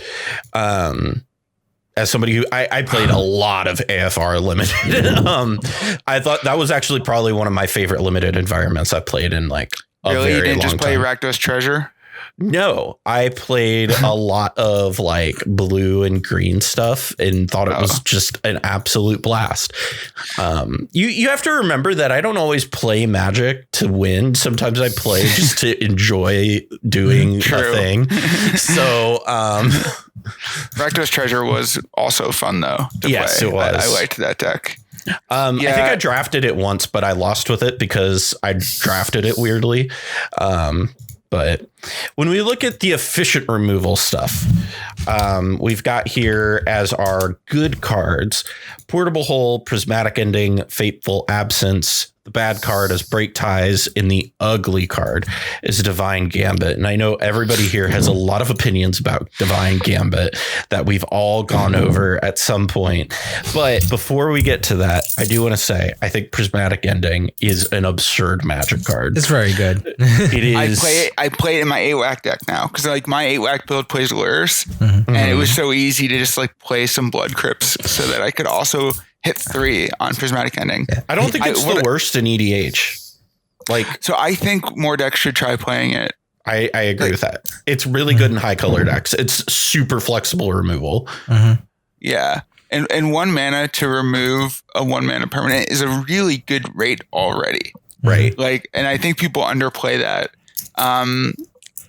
It's what I wanted Isolate to be. That awful card that got printed. I don't know. That wasn't probably this year. That was probably 2 years ago. But, and I think there are people who think Prismatic Ending is too good. And I agree that it does disrupt Modern quite a bit because I think your Ether Vial is useless against a Prismatic Ending deck. But it's also like your Chalice of Void doesn't ruin my 8-whack deck anymore. Yeah. I think Prismatic Ending was actually designed for Modern, right? It was specifically meant for Modern. Certainly designed for Modern. Yeah. And it was a really good design, I think. I think this is part of like, so in previous podcasts that I've talked about that sprinkled across other channels and stuff, and maybe even this one, I mentioned about the fact that one of the problems with white is its accessibility in other colors. Most of the times when people get into Commander, their first jump into Commander isn't with a monocolored deck, but with a multicolored deck. And so, part of like Maro's discussion about how to make white better was to make white more accessible into multicolored designs. And so you had cards like Happily Ever After and Kenrith the Returned King. Obviously, Happily Ever After got hated on by the whole community for being a good white card because it's not really a white card. It's a card that requires other colors for you to play in order for it to. Not even a good card. Yes. But then there's Kenrith, and then when people looked at that, they're like, well, that's not really a white card either, right? But you look at a card like Prismatic Ending, and I think it's starting to put all the pieces together as to what their multi-year long plan of making white better is becoming. It's because like if you look at like the design of a lot of white cards, like quote unquote good ones, you see cards like Rule of Law, Linvala, Grand Abolisher, and each of these cards, what the problem with them, like even a card like Stony Silence, like the problem with them is that for a lot of people who play Magic, they don't want to actually play these cards. Or if they do want to play a card like Grand Abolisher, which is nice, they have to invest in 2 white pips for it to like actually work, right? Like you take a look at an example of an old design card like Angel Jubilation versus its contemporary counterpart, Yasharn, right? Like one is a multicolored card, one is a monocolored card. Lo and behold, the multicolored card gets played more than the monocolored card because the monocolored card demands that you have at least 3 white pips to cast. Yeah, it's impossible to cast even in mono white decks. Yeah, and so for multicolored decks, unless if you're like really heavy into running like 30 some planes in your deck, right? Yeah, like someone that we know here. But like. Yeah, but yeah, like Yasharn is easier to cast and it's a multicolored card. It breaks your people's perceptions, at least for like designers' perceptions of what people are willing to play and what they aren't. And for whatever reason, white just demands a lot in terms of devotion. It makes a card like Nykthos more prominent in mono white decks and like, gods like Heliod more prominent because for whatever reason, it's easier to get white devotion in white than it is in others. But because of that singular fact, it means that white is more demanding if you want to incorporate it into a multicolored design. But I think what we're seeing in the trajectory of this year, we're seeing more and more like decks, like 4-color decks running white in them, right? I think like Evolution, which is a CEDH deck, has white based in it as well, right? And we've seen like other CEDH decks just run more and more white. I think like part of it is just the prominence of Rule of Law itself, and people now figuring out how to play with Rule of Law and incorporate Rule of Law play styles with other colors in their deck. And so whereas in the past, like Rule of Law was like a huge like hard stop against multicolor decks because it was like, oh, well, a lot of my multicolor strategy involves me slinging multiple spells together to make it work. Mm-hmm. And I don't want to run white because white doesn't want to do that. But now people are figuring out like, oh, I can play white and all the other colors can play to white's play style now.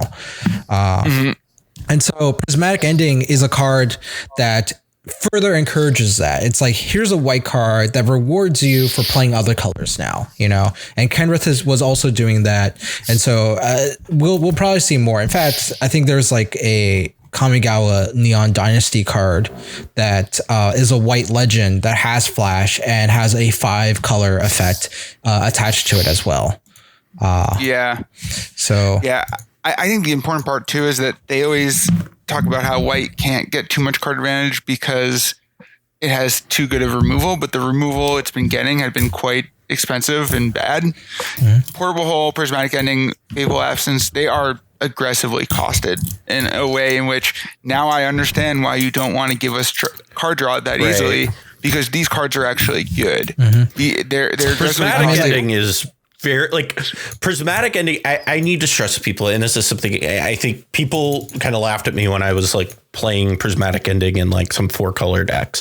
And I was like, I don't think you understand that this card scales to how many colors you play. Like, it gets better.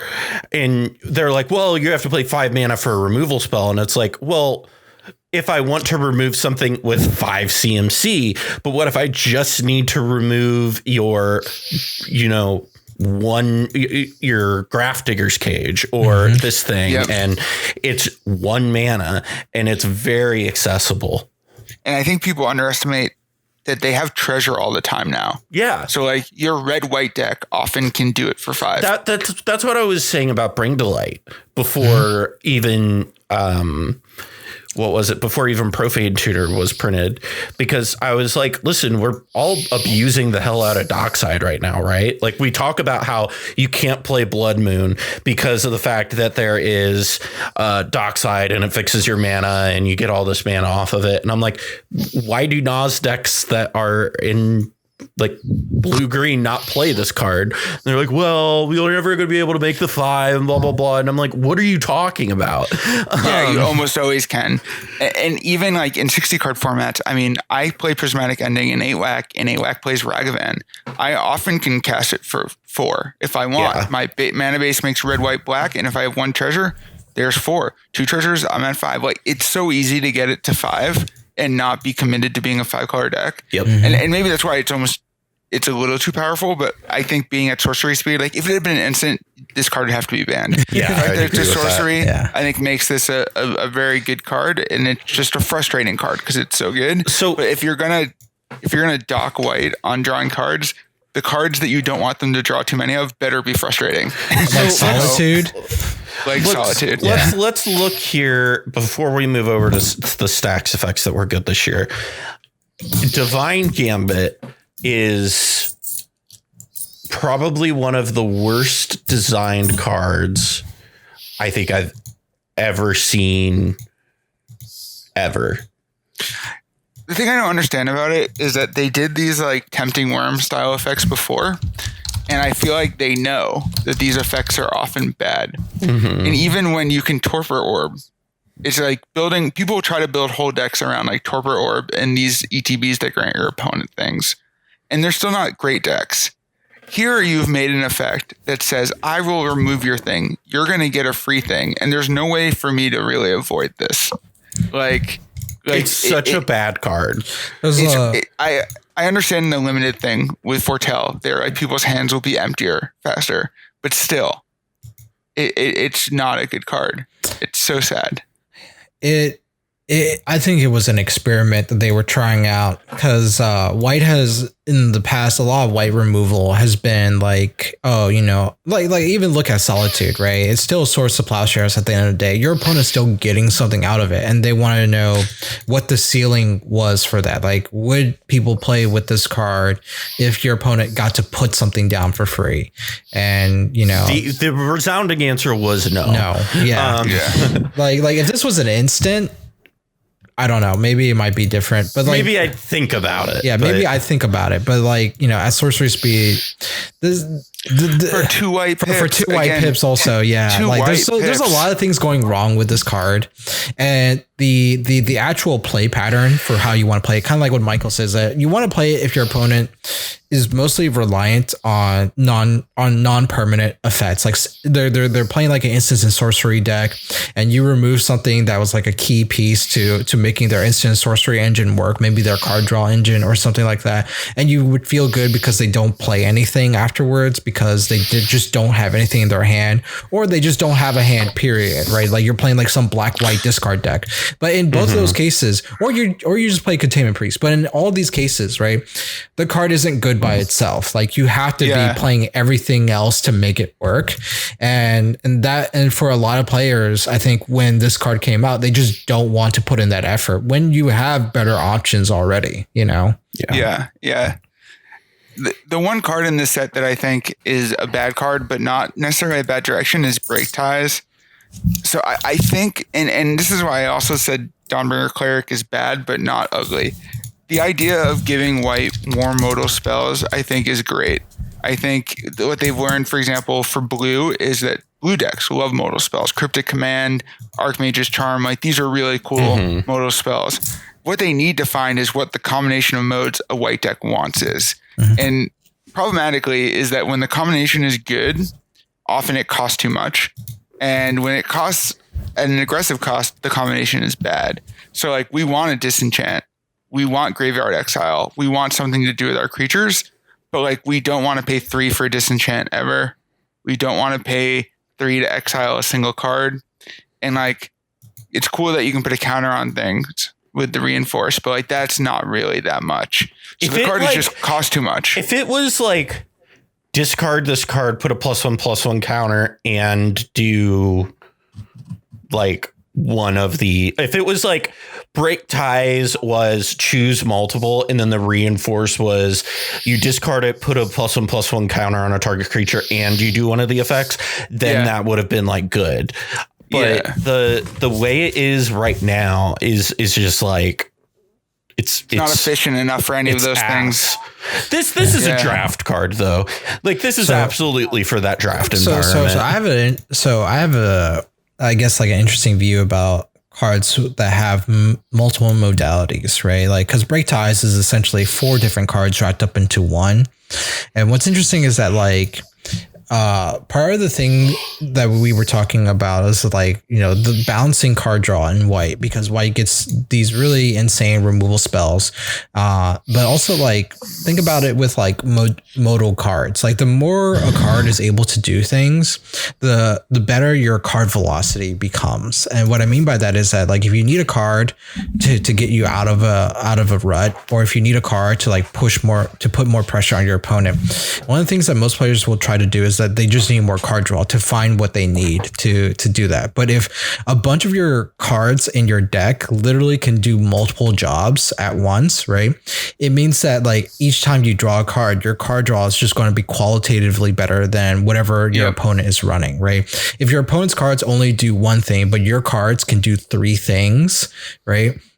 And they're all relevant things that matter to you, then your card draw is just inherently going to be better than your opponent. So when you have a card draw engine like an Esper Sentinel or whatever happening, then you're like you will be at a multiplying advantage against your opponent, right? But this is why it's crazy that they give it to blue, right? They give blue Archmage Charm and Cryptic Command because they do have all these ways to draw cards, and then they draw cards that are just so many different solutions. Whereas white doesn't get card draw, and then when it gets modal spells, it gets modes that aren't quite good enough for what it needs. Yeah, and I think that like so far, like even cards like Break Ties and like Dawnbringer Cleric, they're just like either one like mana cost too short or one modality too short from just being perfect, right? And and I think they're literally skirting the line here because they know that they can do it, but they want to see like what this base level is, and if people still aren't picking up these cards and playing it, that's when Wizards will like finally push and be like, all right, we're going to do that. I mean, it's the same thing that they did with green, where they turned the lever just ever so slightly, and then they just jammed the knob all the way to the other end, you know? Yeah.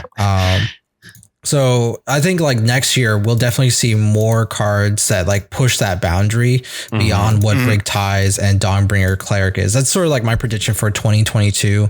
And honestly, like while blue does have Archmage's Charm, I mean, Break Ties is a common, right? Like, yeah, these are things like, and the other important thing to note is that like, I don't think blue really has anything close to what like Dawnbringer Cleric is as a creature. Like blue, like oftentimes blue gets all these modality spells because it's like, well, it's an instant or sorcery. You only get this effect for like this turn, right? And then you got to draw more cards to compensate with your opponent's permanents.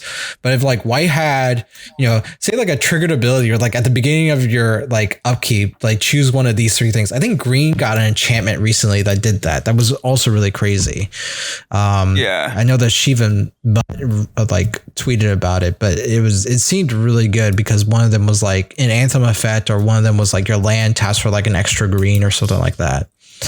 But yeah, like those types of permanents with multiple modal effects, like and like just imagine it on something with flash. Oh man, that'd be so good.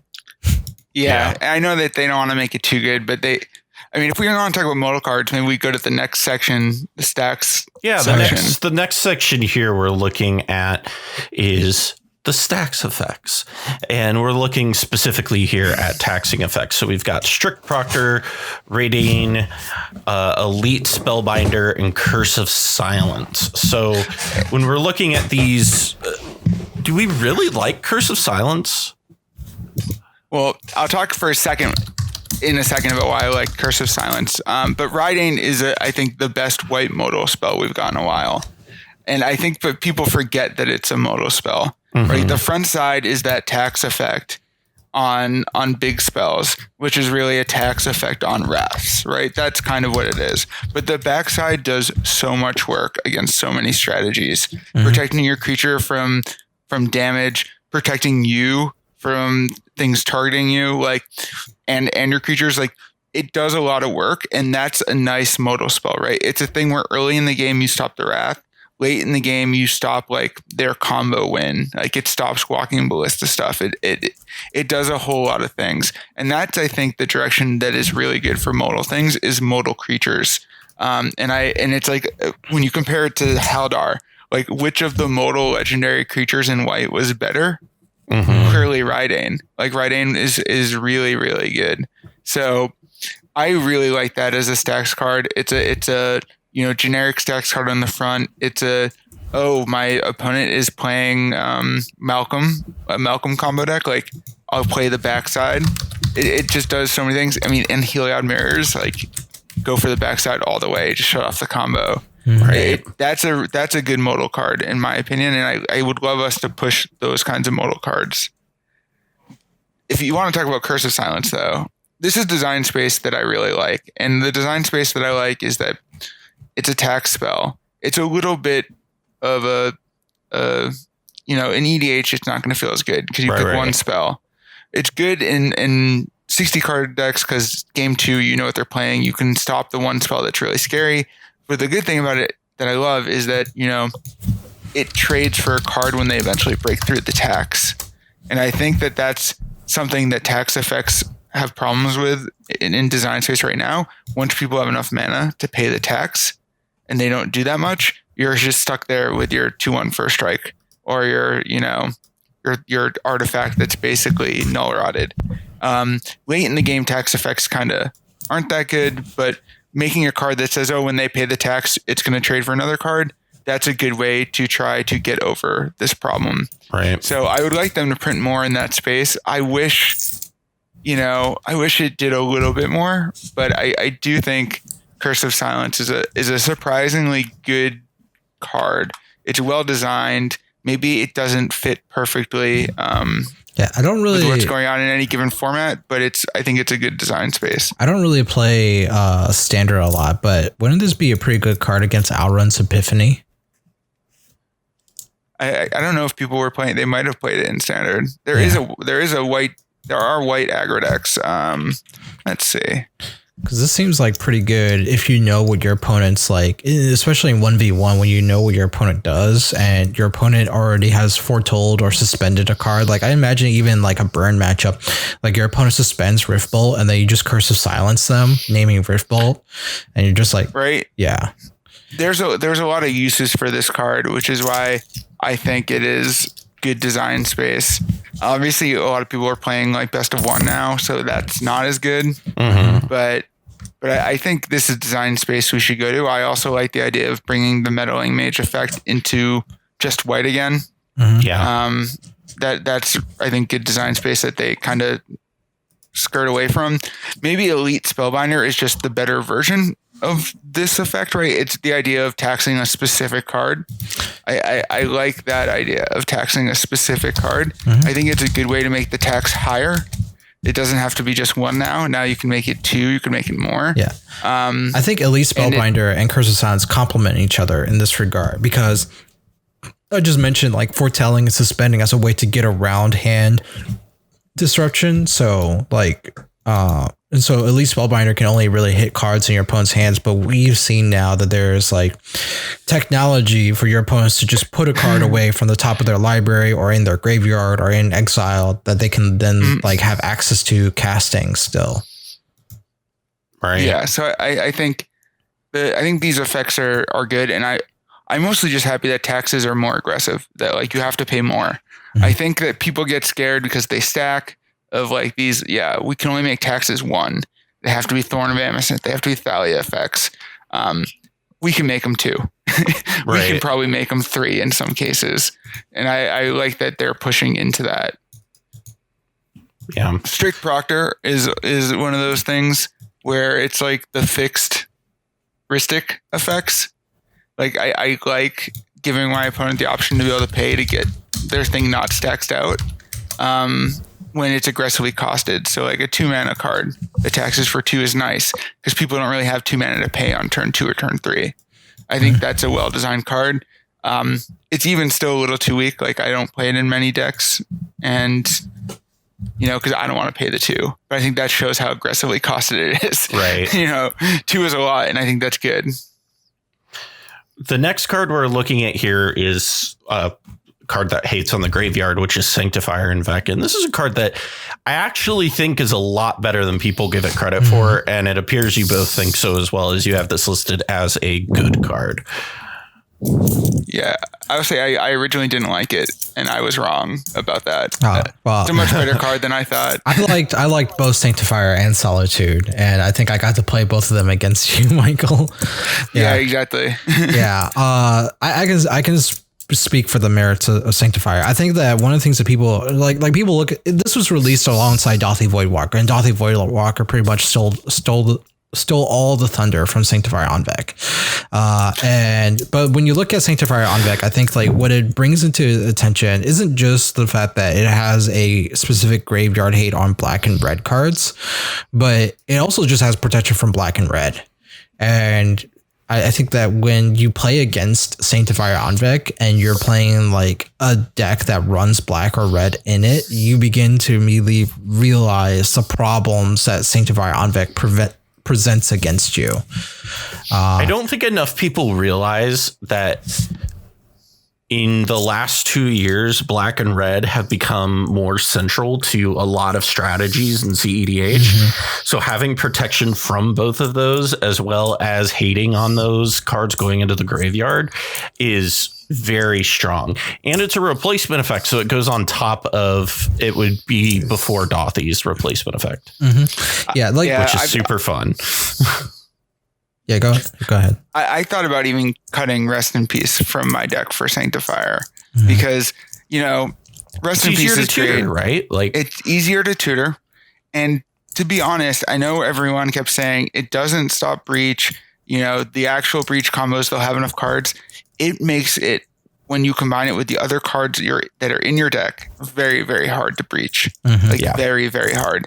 And I think that's the important part, is that I don't care that it doesn't lock them out of their breach, because it, with any other of my effects in play, locks them out of their breach. It can buy you some number of turns before your opponent is able to actually get over it. And in that amount of time, you could be setting up for something else. And what's great is that it doesn't, if you're playing like a mono white deck or a deck that just doesn't run red or black, like Tulane or whatever, right? Like it doesn't stop you doing what you're doing, unlike Rest in Peace does, right? And that's something like to keep in mind. And both what Michael and Callahan are saying is like, think about all the decks that are running red and black. Like there is no short supply of Dockside Extortionist and Through the Breach type of style decks. And at the same time, like even with Dauthi Voidwalker, like this card would be a godsend if you played it with someone who has a Dauthi Voidwalker out, because if someone ends up like just incidentally milling their Adnos, or they have an Adnos that gets fizzled, you want this card out while there's a Dauthi Voidwalker, because you want your opponents to be like, put this card under Sanctifier en-Vec, please, dear Lord, put it under Sanctifier en-Vec, right? Yeah. And the person who's running Dauthi Voidwalker cannot play any of their like black or red removal spells against it to stop you, you know? Yeah, like, do I wish Dauthi Voidwalker was a white card? Sure. Yeah. But like Dauthi Voidwalker is too good.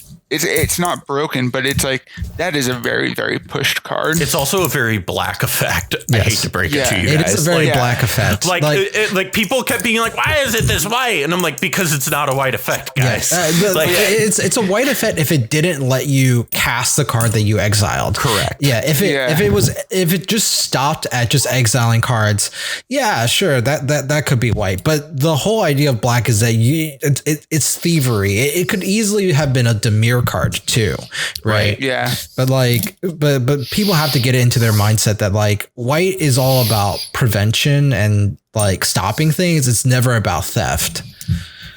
Yeah. I also just like that they're making better main deck hate cards. Like you could realistically in Modern right now play Sanctifier in the main deck of a lot of decks, because you play a lot of Lurrus decks, and this stops the Lurrus decks and it stops the main removal, and like protection from black and red is really good. Another thing I'm happy to see come back is like protection. It's good. It plays towards like aggro strategies getting more interesting because you have more blocking power, like, and more attacking power. I kind of like that they brought back Shadow for the Dauthi, because like I like these kinds of combat-oriented abilities that make combat more complex and more at the center of what's going on. It blocks and kills Najila. And it blocks and kills Najila. Yeah, it blocks and kills Tindna also. It does, yeah. Like people like even cards that aren't mono red or mono black, you have to like keep in mind like there's so many cards that just incidentally have a black pip in them in their cost, and you're just like, oh wow, this actually will, like, if you gave it flying, it will block Crom for the rest of its life. The other thing that I think is important here is there is something that I think we miss in CEDH is the fact that I don't think we don't play as many spells in like I'm trying to think of the right, like we need more density of hate pieces in decks is kind of where I'm trying to get to, is because so you look at like Modern, right? Modern is going to play, if you're hating on it, if you're playing a Stax deck, you're going to have 4 of this effect, 2 of this effect, 3 of this effect, blah, blah, blah, blah, blah, right? And a lot of CEDH decks think, oh, well, I just throw 1 card in and this is enough, right? Oh, yeah. Whereas you need to have a density of these effects. Yep. And like, this is one of the things that I've been saying for a while is, and what I've been experimenting with a lot is taking the density of effects that are used in other formats and scaling that to CEDH, and it translates really well. And I think that, and I think this is in part because of the greediness that the format has been giving, like, encouraged recently, that thankfully Winota has pushed back on. But like, it's one of those things where I think people need to realize that Sanctifier, like you can't just run Rest in Peace. You need to run Rest in Peace and if you want to hate on graveyards, right? And you need to have a density of these effects. That is one thing White is pretty good at doing right now, is just having a overabundance on a lot of these cards with redundant effects. But that's really good because in its lack of card draw, you just have a higher probability of just hitting these cards. Yeah. And if your opponent just happens to play the removal spell, they're kind of playing the lottery here. It's like, oh, I should get rid of this Rule of Law, but it would be a waste of my removal spell if I got rid of their Rule of Law instead of their Stony Silence or something like that. And then realize that they just had an Eidolon Rhetoric or Archon of Emeria just sitting in their hand the whole entire time, right? And if I got rid of their Stony Silence, well, maybe they just had a Null Rod there the whole entire time. You know, right. And actually, I think this is part of why I like that Solitude got printed. So when people would be like, "Oh, there's all this good white removal, can't give white card draw," like I would look at my white decks and say, "Well, actually, there's not that many good removal spells when you have to play one of each." Yes, in a deck that can play 4 swords or 4 path, I get that. When I can play 1 swords and 1 path, now the rest of my removal is just lower quality. Yeah. Solitude lets you up the number of cheap, efficient removal spells you have. It's tutorable too. It's tutorable. I cut path for Solitude, but the point is that if you want to play a large number of efficient creature removal spells now, you actually can, because you're just gaining them every set. And I think that's good. I think that, when there are 5 solid, cheap, white, efficient removal spells, no one will need to complain that much about drawing cards because they can actually just play a bunch of good, efficient cards. Yeah, it's very prominent, especially like going back to like the whole Solitude thing. Like I run it in 8.5 Tails since it came out, and I've been enjoying playing it in that deck and doing the whole blinking shenanigans. It's also really good with Sword of Hearth and Home, because then you just get all the value. Sword of Hearth and Home, by the way. Sword of Hearth of Home is an absurd Magic card. I love that card so much. I've been hyping this card ever since it got previewed. It's like, this is everything that I want in a white deck, right? And even more, like people like Gilded Drake my stuff. Is like, cool, I'll just take my stuff back. Thanks for the 3/3 Drake, by the way, right? And even with a Gilded Drake, if you play in a deck with Gilded Drake, it's so good, right? But because you can blink it when it's on their battlefield. Yeah, like, it's so good. Yeah, and so because it's whatever you own. For those of you who are reading the fine print on Sword of Hearth and Home, and like the ramping helps, especially if you're in like a big stack or something like that, and you just want to curve off into your larger stacks pieces like Elish Norn or whatever. But like the whole idea of that card, and even with Solitude, is once again it's a tribute to like ETB and creature quality. Like it's very well positioned because of all the cards that have been designed prior to it. But that's my little tidbit about Solitude and ETBs in general, and just a tangent on Sword of Hearth and Home in white decks. Yeah, since we brought up Sword of Hearth and Home, maybe we should talk about Ramp next before we get into the real star of the show, which is the new card advantage cards. Yeah. But yeah. So in general, the ramp is bad. Right? Yes. To sum it up, it is bad. We've got Loyal Warhounds and Stoic Farmer. Both of them are bleh. Yeah. I like Loyal Warhounds, if only because of the body, but not really because of the effect. Like a 3/1 Vigilance for 2 mana is pretty good, and it has some upside, right? That's also good or fine. It's redundancy if you already liked playing or the white. What is the Knight of the White Orchid? Yeah, exactly. Yeah. And so it has that type of density. Like if you're like, I built some EDH decks not for CDH play, but like just for like more high powered play, and like getting this type of effect is pretty nice. And because you can blink it, it's also nice. And you can just play like white weenies with like taxing effects, and like high powered EDH is also pretty cool. But like all in all, like if you're looking at something like CDH, right, you just like, especially when you have if you're not trying to play mono white and you're just trying to play like the best that there is, they're just way better options, right? Yeah, exactly. It's not as good as all the other effects. And like, I will continue to just play mana rocks instead of cards like this. If it was a little more, I don't know. The thing is, I don't know that you can make it more aggressive, right? Like, this is probably a 2 mana effect always. All they can do is put it on more interesting bodies. And like, a 3/1 Vigilance is already pretty interesting. Maybe I would play it if it was like 3/1 lifelink. It gets better if they had other planes. Other than because like basic planes, like this is a major difference between Loyal Warhound and Knight of the White Orchid. Loyal Warhound only finds basic planes, but like Knight of the White Orchid can find any planes, right?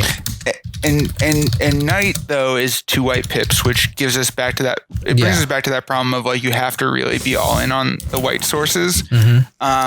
This one at least isn't 2 white pips, but like, it's only going to give you a basic plane. So again, you're all in on like I only play white sources. So it doesn't really relieve that tension. Also, Knight puts it into play untapped, which is a very nice thing, because it actually says turn 2, I can play it and now have an untapped land to do something. This one puts it into play tapped. It's strictly worse in that sense. That whole ETB is strictly worse. They definitely nerfed this for the cost of losing 1 white pip and switching it to 1 generic. You get a lot of drawbacks suddenly. Knight of the White Orchid. And for those of you listening to this and looking at Loyal Warhound, I guess like if you had to choose between Warhound versus Knight of the White Orchid, like there's no reason for you to play this if you're splashing in other colors, because if you're like white green, there are way better green cards that can do this for you, right? If you're like mono white, then you should just go for Knight of the White Orchid if you have to like pick one or the other, right? And honestly, Knight of the White Orchid it once again has a Stoneforge issue, but it hasn't really been exploited. We haven't really seen like land types with specific like type. Like, for example, we don't really have a card that's a non-basic land that has subtype swamp in it, right? Because if it was a really powerful like non-basic land that had subtype swamp, think of all the swamp tutors that could like just grab it, right? And if you had when they did that, they made the mistake, right? Because like Mystic Sanctuary is that a non-basic with the basic land type, and it was really hard to balance those power-wise. And Mystic Sanctuary, what's interesting about Mystic Sanctuary is that the only way to really abuse it in a blue deck is with fetch lands. There aren't really blue cards that tutor for an island, right? And so white, honestly, I feel like they could try pushing this for white, because that would be an amazing type of, it would validate a lot of like these tutor for planes cards and only planes cards, because you often look at these cards and you're like, why would I only want planes? But if you actually had good non-basic planes, like all these cards suddenly like make more sense of why you would exclusively tutor for planes, Yeah, it's like you could get misfilled planes, but putting a card on the bottom of your library isn't that good when you lack other tutors or a lot of card draw and shuffle effects. So like, it's just not that much of a payoff. Or like a planes card with some like cycling effect. So that way it makes it so that tutoring for planes and putting it into your hand is better than putting it into play. Yes. And so these are things to like take into consideration. And cycling would also just be really good, or like some discard from your hand ability, because it doesn't go into your rule of law taxes as well. Like there's so much more you could do into the whole planes synergy, but like these ramp effects don't have any real payoffs yet until we actually have something that like makes it worthwhile for us to just look for planes. Exactly. And so if this card is bad, it's not powerful enough. I mean, Stoic Farmer, it's crazy. It's 4 mana.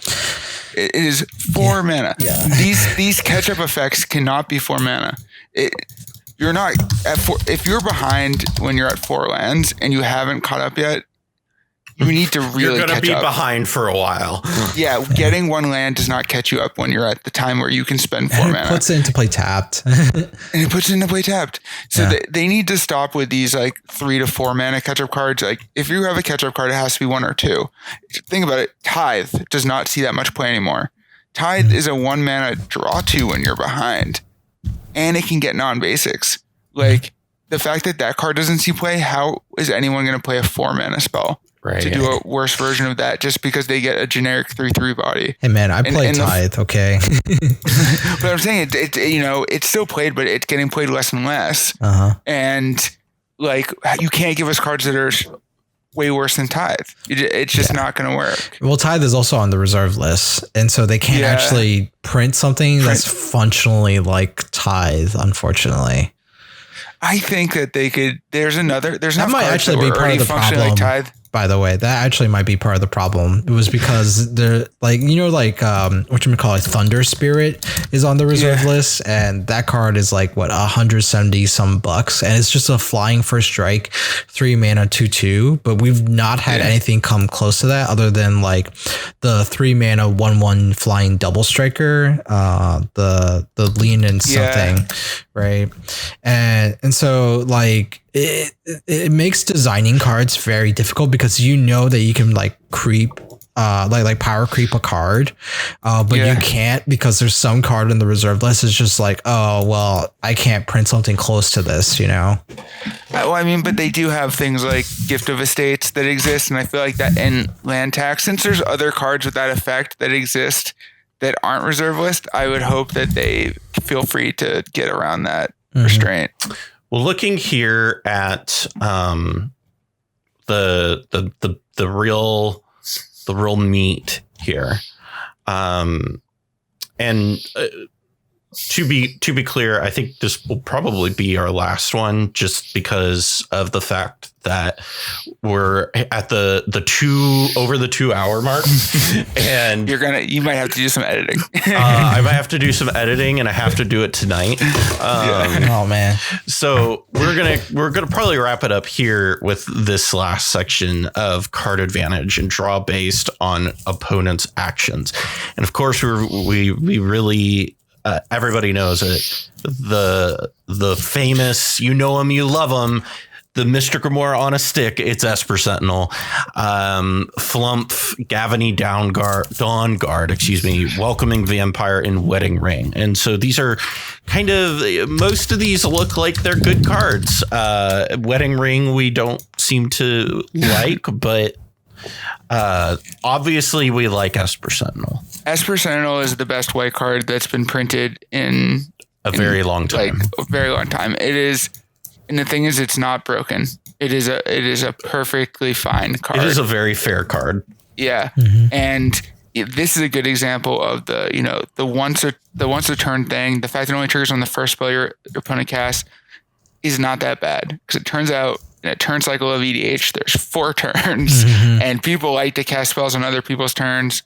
And I mean, it sees play in other formats too, right? Like it sees play in Modern, and it sees play in Legacy, and it sees play in all levels of EDH. So this is like a really slam dunk design. They even made it an artifact, which usually weakens it, but it turns out, white likes artifact synergies. So this additional weakness is usually just makes it more interesting in other decks. The fact that Hammer Time can play it to turn on Metalcraft. Or it can tutor for it with Oswald or something. With Oswald, yeah.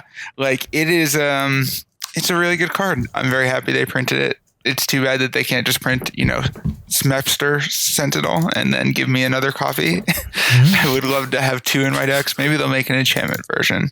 It is exactly the same card. I would love that. Or maybe they make a version that taxes on creatures being played. Ooh, that would also be nice. Like you could. What if you did Heliod Sentinel, but instead of an artifact, it's an enchantment? I would love that. Please do that for me. I mean, there's so many ways to hash this. Like if an opponent plays a land and that land is like, and they have more lands than you, right? Draw a card. Yeah, like that would be a great effect. And I think that they can put them on small, efficient creatures like this. I think that is absolutely fine. A 1/1 for one taxes is fine. At scale. Yeah. Like the fact that if you pump it, the tax scales is deceptively good. It's good, not just like, obviously as a Heliod player, great in Heliod. I can make this thing huge and I draw a lot of cards. But like, it's really good in other formats because it turns out you can sometimes just pump it. Like, you know what happens when you put a hammer on Esper Sentinel? You draw cards from your opponent. Like, like it is just such a good card. So if they keep going forward with this design space, I'll be super, super happy. Yep. I don't think there's anything else for us to say about Esper Sentinel that people don't already know. So card's good. Yeah, card's good. Yeah, and I'm pretty sure WotC is already doing its own like self-assessment on how to replicate the success anyway. So please more. Yeah, please more. I think the secret really good one that is also efficient like Esper Sentinel is Flumph. Mm-hmm. Now, some people might think this is a controversial opinion. Everyone I know who's seen Flumph enter the battlefield in a pod knows what I'm talking about. Everyone wants to attack into the Flumph. Mm-hmm. And it is so much better than Secret Rendezvous because instead of saying, I hope there's a player behind me, I'll give them 3 cards. It says I'm only giving each opponent 1 card and I'm getting 3. Yeah, you can choose almost every opponents. Time. You can choose. And so that makes it this interesting modal spell. Because at the beginning of the game, you almost always are saying, hey, swing into me, I'll give you the card. And you both draw. And usually when I play this, I immediately draw 3 cards. You know, anyone who has a creature wants to swing into it. Even if it's a mana dork that they would have preferred to use for mana, often they'll swing into it. But then the late game, when people start trying to kill each other, because you're a white deck, so you're probably staxing them out. Now you say, if you swing at me, I'm giving the card to someone else. Do you want that person to get a card? And people don't. They just don't want that. So like it actually has 2 modes and people are greedy. So the first mode of drawing you cards early on seems to work. It's really easy to goad people into attacking into it. And that second mode of late in the game, people don't want to swing at you because they don't want you to give their opponents cards.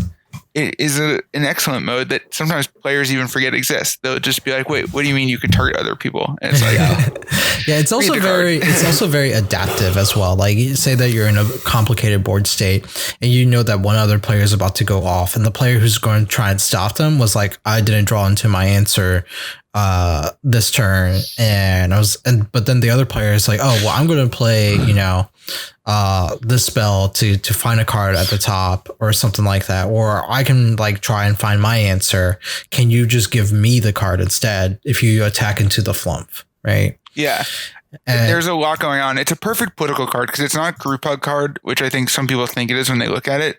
It's completely a political card, and it's actually a political card that you have the control over the decisions more than a lot of previous printings of cards in this vein. So I think that it is like a super good card. Right now it's still in my CEDH Iliad deck only because I'm too lazy to buy a Maze Mind Tomb. I keep forgetting when I buy cards to get a copy of that one card. So Flumph stays in that slot, but I always have fun with it and it draws me a lot of cards. I mean, I think in one game I drew 9 cards off of it. Mm-hmm. Like that's amazing. That's game breaking. That's game breaking. So yeah. I think that if they even want to print stuff in this vein, I'll be happy. I know it's not so good for 60 card formats, but I think there's a lot that can be done in EDH and high power and even in CEDH with these like efficiently costed political cards that, they reward you for your opponent trying to do things that they want to do. In this case, they want to draw cards, so you get to draw cards too. It's like it's a pretty sweet card. Yeah. I know people hated on it, but like every time I played it, it seems to do well. Yeah, I think they're actually working on more cards of this type of design. I know that the new casual design team that's being led by Melissa DeTora has they brought on, I think, one of the designers / developers for Jack in the Box. Mm-hmm. And if you guys ever played any Jack in the Box games, Flumph is right up their alley, I believe. And so we'll see more designs like this that have like these really like interesting rewards for interesting plays. Because I think like one of the things that they want to move in the direction for WotC's commander format is that they probably want more cards that don't win the game by you playing the cards, but help you make more interesting plays that can help you win the game. Yeah, and I think so. Like Gavany Dawnguard is in this vein too, right? It's giving decisions to your opponent. It's like, so this card, right, when it transitions from night to day or day to night, you get to look at the top, take a creature. And that, it sounds really hard to pull off until you realize that actually you at least get to always make it switch to night, right? You can always just not cast spells. And then someone has to come bring it back because everyone wants to double spell. And if there's 2 Stax decks at the table, there could be a lot of opportunities for like really multiple times in a turn cycle you to get this trigger. And it's aggressively costed. It's a 3-mana 3/3. Like that's pretty good. If it ETB'd and did something, I would prefer it, which is like, you know, in most CDH games, when it ETBs, nothing happens because it's not day or night when it enters. It only becomes it becomes day when you play it, but that doesn't trigger the ability because it has to transition from day from night or night from day. But this is an engine that when it turns on is really, really good. And if you've ever played it like in Innistrad Draft, like it's a really powerful feeling card. And I feel like that this is good design space, even though it's not necessarily good enough for CDH. This is more than good enough for mid and high EDH, and I'm pretty happy about it. Yeah.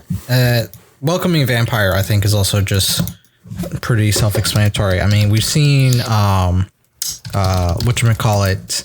It's really weird because Innistrad was also the set that introduced Mentor of the Meek, right? And so, of course, it would be Innistrad that we'd see a new and improved, or not improved, but a new version of Mentor of the Meek. And the thing is, you know, people are mad about the once per turn thing. I think that's fine. You know, maybe this could have been costed at 2 with the once per turn clause. Because you're definitely not double spelling when you play this and you're not drawing off of it. So you're probably not going to draw a card until next turn. So maybe it could have been a 2 mana. But overall, I mean, it's pretty good. Just drawing without having to do anything else. Nothing changes about your gameplay once it's in play. That's the problem with Mentor of the Meek. You're constantly like behind a turn if you want to draw the card. Right. And it gives you a decision point, but it gives you a very annoying decision point. Yeah. And for this one, I think that this is good. I do think, you know, one of the reasons why it had to be once per turn is like you don't want to make Raise the Alarm draw 2 cards. Like you needed a safety valve for token effects. Yeah. It could have been whenever one or more enters, draw a card. That would work for Raise the Alarm to just draw you 1 card. But like other token generators where you could generate tokens multiple times in a turn, it would be really, really, really good. I mean, like we look at this and compare it to like Esper Sentinel, right? And I think that the once per turn is very like trivial in the format that this will probably be like very influenced by, which is CDH, right? You have multiple turns before it gets to your turn. And so in a format where people are playing so low to the ground creatures, like this will trigger off of just Najeela attacking. Right. And there's nothing that the Najeela player can do about it. Right. You're just going to get a free card off of their own player action. Welcoming Vampire is only that you control, right? So sorry. I missed that part. Yeah. It's ETB. Yeah. It's your Yeah. So if it had been, so that's another thing though. They could have made this for all players. I think. I think they could. I think they should. I think they need to make one now that I mentioned it. That would be really great. But regardless, I mean, like I think it's also fine in a mono white deck where, especially if you have like a Rule of Law effect out, like you compare this to Gavany Dawnguard, right? And Gavany Dawnguard works less well if there's a Rule of Law out because then you have less control over day and night manipulation. But with like Welcoming Vampire, I think it actually works even better with Rule of Law out because you can only really play like one spell a turn. If you play like a Hate Bearer, you draw a card, but you can now like moderate everyone else's like productivity, but still generate advantage for yourself at the same time. And this thrives in that type of situation, you know? Yeah, so I think this was a well-designed card. It could be pushed maybe a little bit more, but I think that this is good. This is like all of these 4 cards are a great step in the right direction. And my understanding from listening to some of Maro's stuff and reading some tweets and watching some of Gavin's videos, like this is the direction they're going in. I think these 4 cards really represent what they're trying to do to push white, and that's great. I will be very happy to see more of this. Right. The only one I didn't like was Wedding Ring. And the reason why I wanted to bring this up is that there are certain cards that need to be costed aggressively to be good. And I think Wedding Ring is one of those cards where for what it does, it costs too much mana. You don't draw enough fast enough, right? And also they can benefit off of it because they get their copy. So then when you draw cards, they get cards. Right. I will never understand. I wanted to look up how much this costs, this card. Do you know how much Wedding Ring costs in money, in real money? It's like $23. $23. Why is insane. in God's name? Probably because everyone's proposing to their significant other with this stupid card.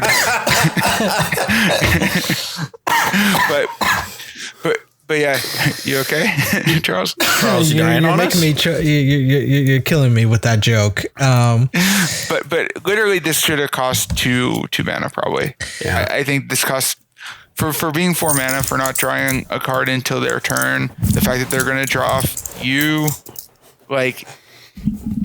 how is this good enough? It's sad. It's just, it could be so much better if it was more aggressively costed, but it's not. And now you're not going to see many competitive decks. I think this will be, besides the creepy stuff that people can do with this card, this will be probably good for low and mid power EDH. Yeah. But I think just the casual players. I think the casual players just love it. It looks fun, and to them it feels powerful.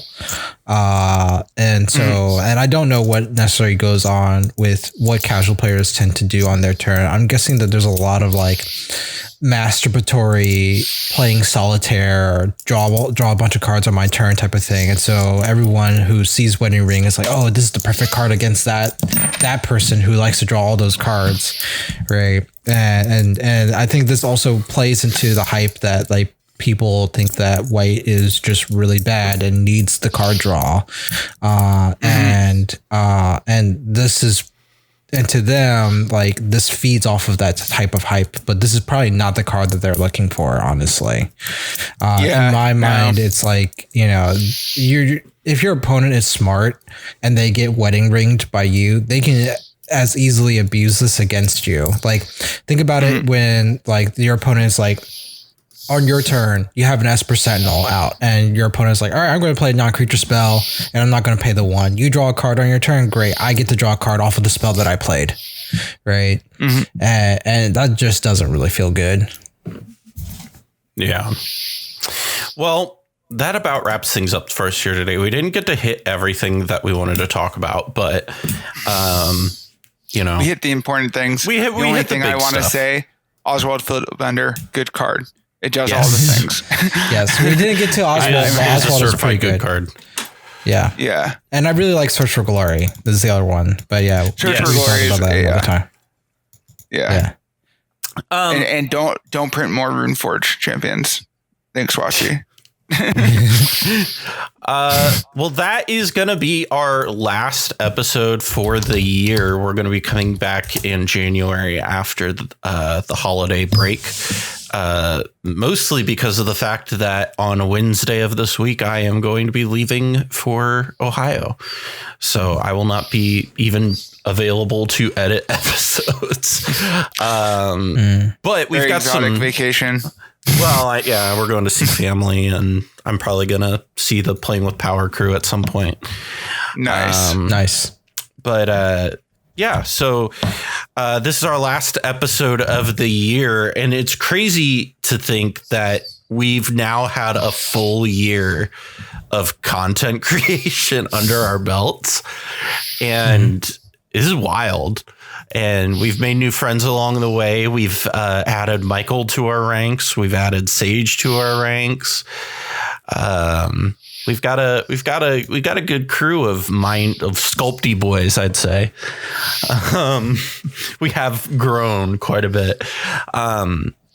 But next year we've got some new stuff planned. We'll be bringing, as always, the same CEDH content. We're going to be in January or February, I think, is when we're going to be getting gameplay back up and going.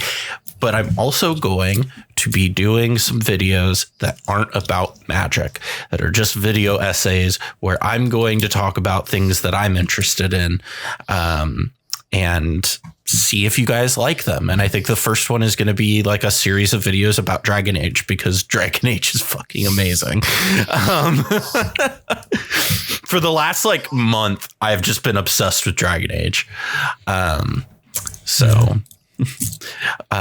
yeah, well, thank you both for being my co-hosts for today and giving your thoughts about where Mono White is in the year we had. Thanks for having us. I mean, I'll be happy to come back in a year and talk about how Esper Sentinel is no longer a good card. They've given us so many broken white cards. Esper Sentinel is no longer good. That'll be the day. Yeah. We're going to be talking more about flash cards in white next year, I believe. Yeah, probably. Oh, yes. Yeah. I will be very happy if there's more flash cards. We can talk more about the amazingness, which is giving creatures flash. Yeah. This is going to change the way we think about playing Magic when our creatures are now like instants. And if it's not instant, it's like, if we're not playing spells on our opponent's turn, what are we doing? Well, this is why I still play Modern. Yeah. If you want to follow us on Twitter, you can head on over to our Twitter at SculptDeepBoys. Or if you want an easier way of trying to figure out how to spell that, you can just find a direct link in our link tree in the description below. In that link tree, there is also a links to all of our Moxfield accounts. So if you want to, and all of our personal Twitters. So if you want to find us on Twitter, you want to find our Moxfield accounts and see what we're working on, you can go check that out. I want to also give an extra shout out and special thanks to some of our higher tier patrons: Justin, David Snavely, Dionysius, James Holly, Matt Boehner, and Senior Coupon, my favorite. If you too would like to become a patron, you can head on over to patreon.com/themindSculptors or check out a link in the description. Thank you again for joining us, and from all of us here at the Mind Sculptors, happy holidays and happy new year. We'll see you next time. I'm in line with the stars, I'm in sync with the earth. 10 toes deep, flower child from the turf. I never switch sides, like even when I die, I'm a ride for the squad, let up ties in the hearse. I've been on the vibe, kinda hard to describe. I'm in between, I'm good and it's fine, but I'm tired of the grind. Then I come alive in the night to realize I'm in the middle of the time of my life. I never so packed for the stack, never lied on the rap, got a bag from the way that I write it. Queen looking Tyson, do that ass survive, doing 80 to the house, then I hit into the sky, change haters on a tirade, talking to the crib in the face, be still, let that hate stuff fade. We all want the same, we all want a meal in the safe, I wanna live like I'm trying to reach enlightenment. Trail spill from my lips, feel big from the bib, take a sip till I pass out. I'm trying to get grit, but it don't make sense, cause you can lose life on this fast route. Yeah, turn thoughts to a cash cow, I might flip that to the glass house. I don't need the accolades, I'm in love with the chase. I just wanna eat, save a spot at the table. Beast with the slap, hit myself on the map. You long with the wind, but we knowing that it's capped. 5-hour flights, couple nights at the flat. To be real, couldn't see me making moves while I'm at. I'm still on the grind, limit time when I chat. I'm burning down sage, keep the demons away. When I write it, give a piece of myself to the page. I don't do it for the praise, love, that's just how I'm made. Truth in the glass in the mirror. Yeah. Do it at me, old man, trying to pass in the fear. You're the first one to talk, but the last one to hear. Eyes blurry, but I couldn't see the ass.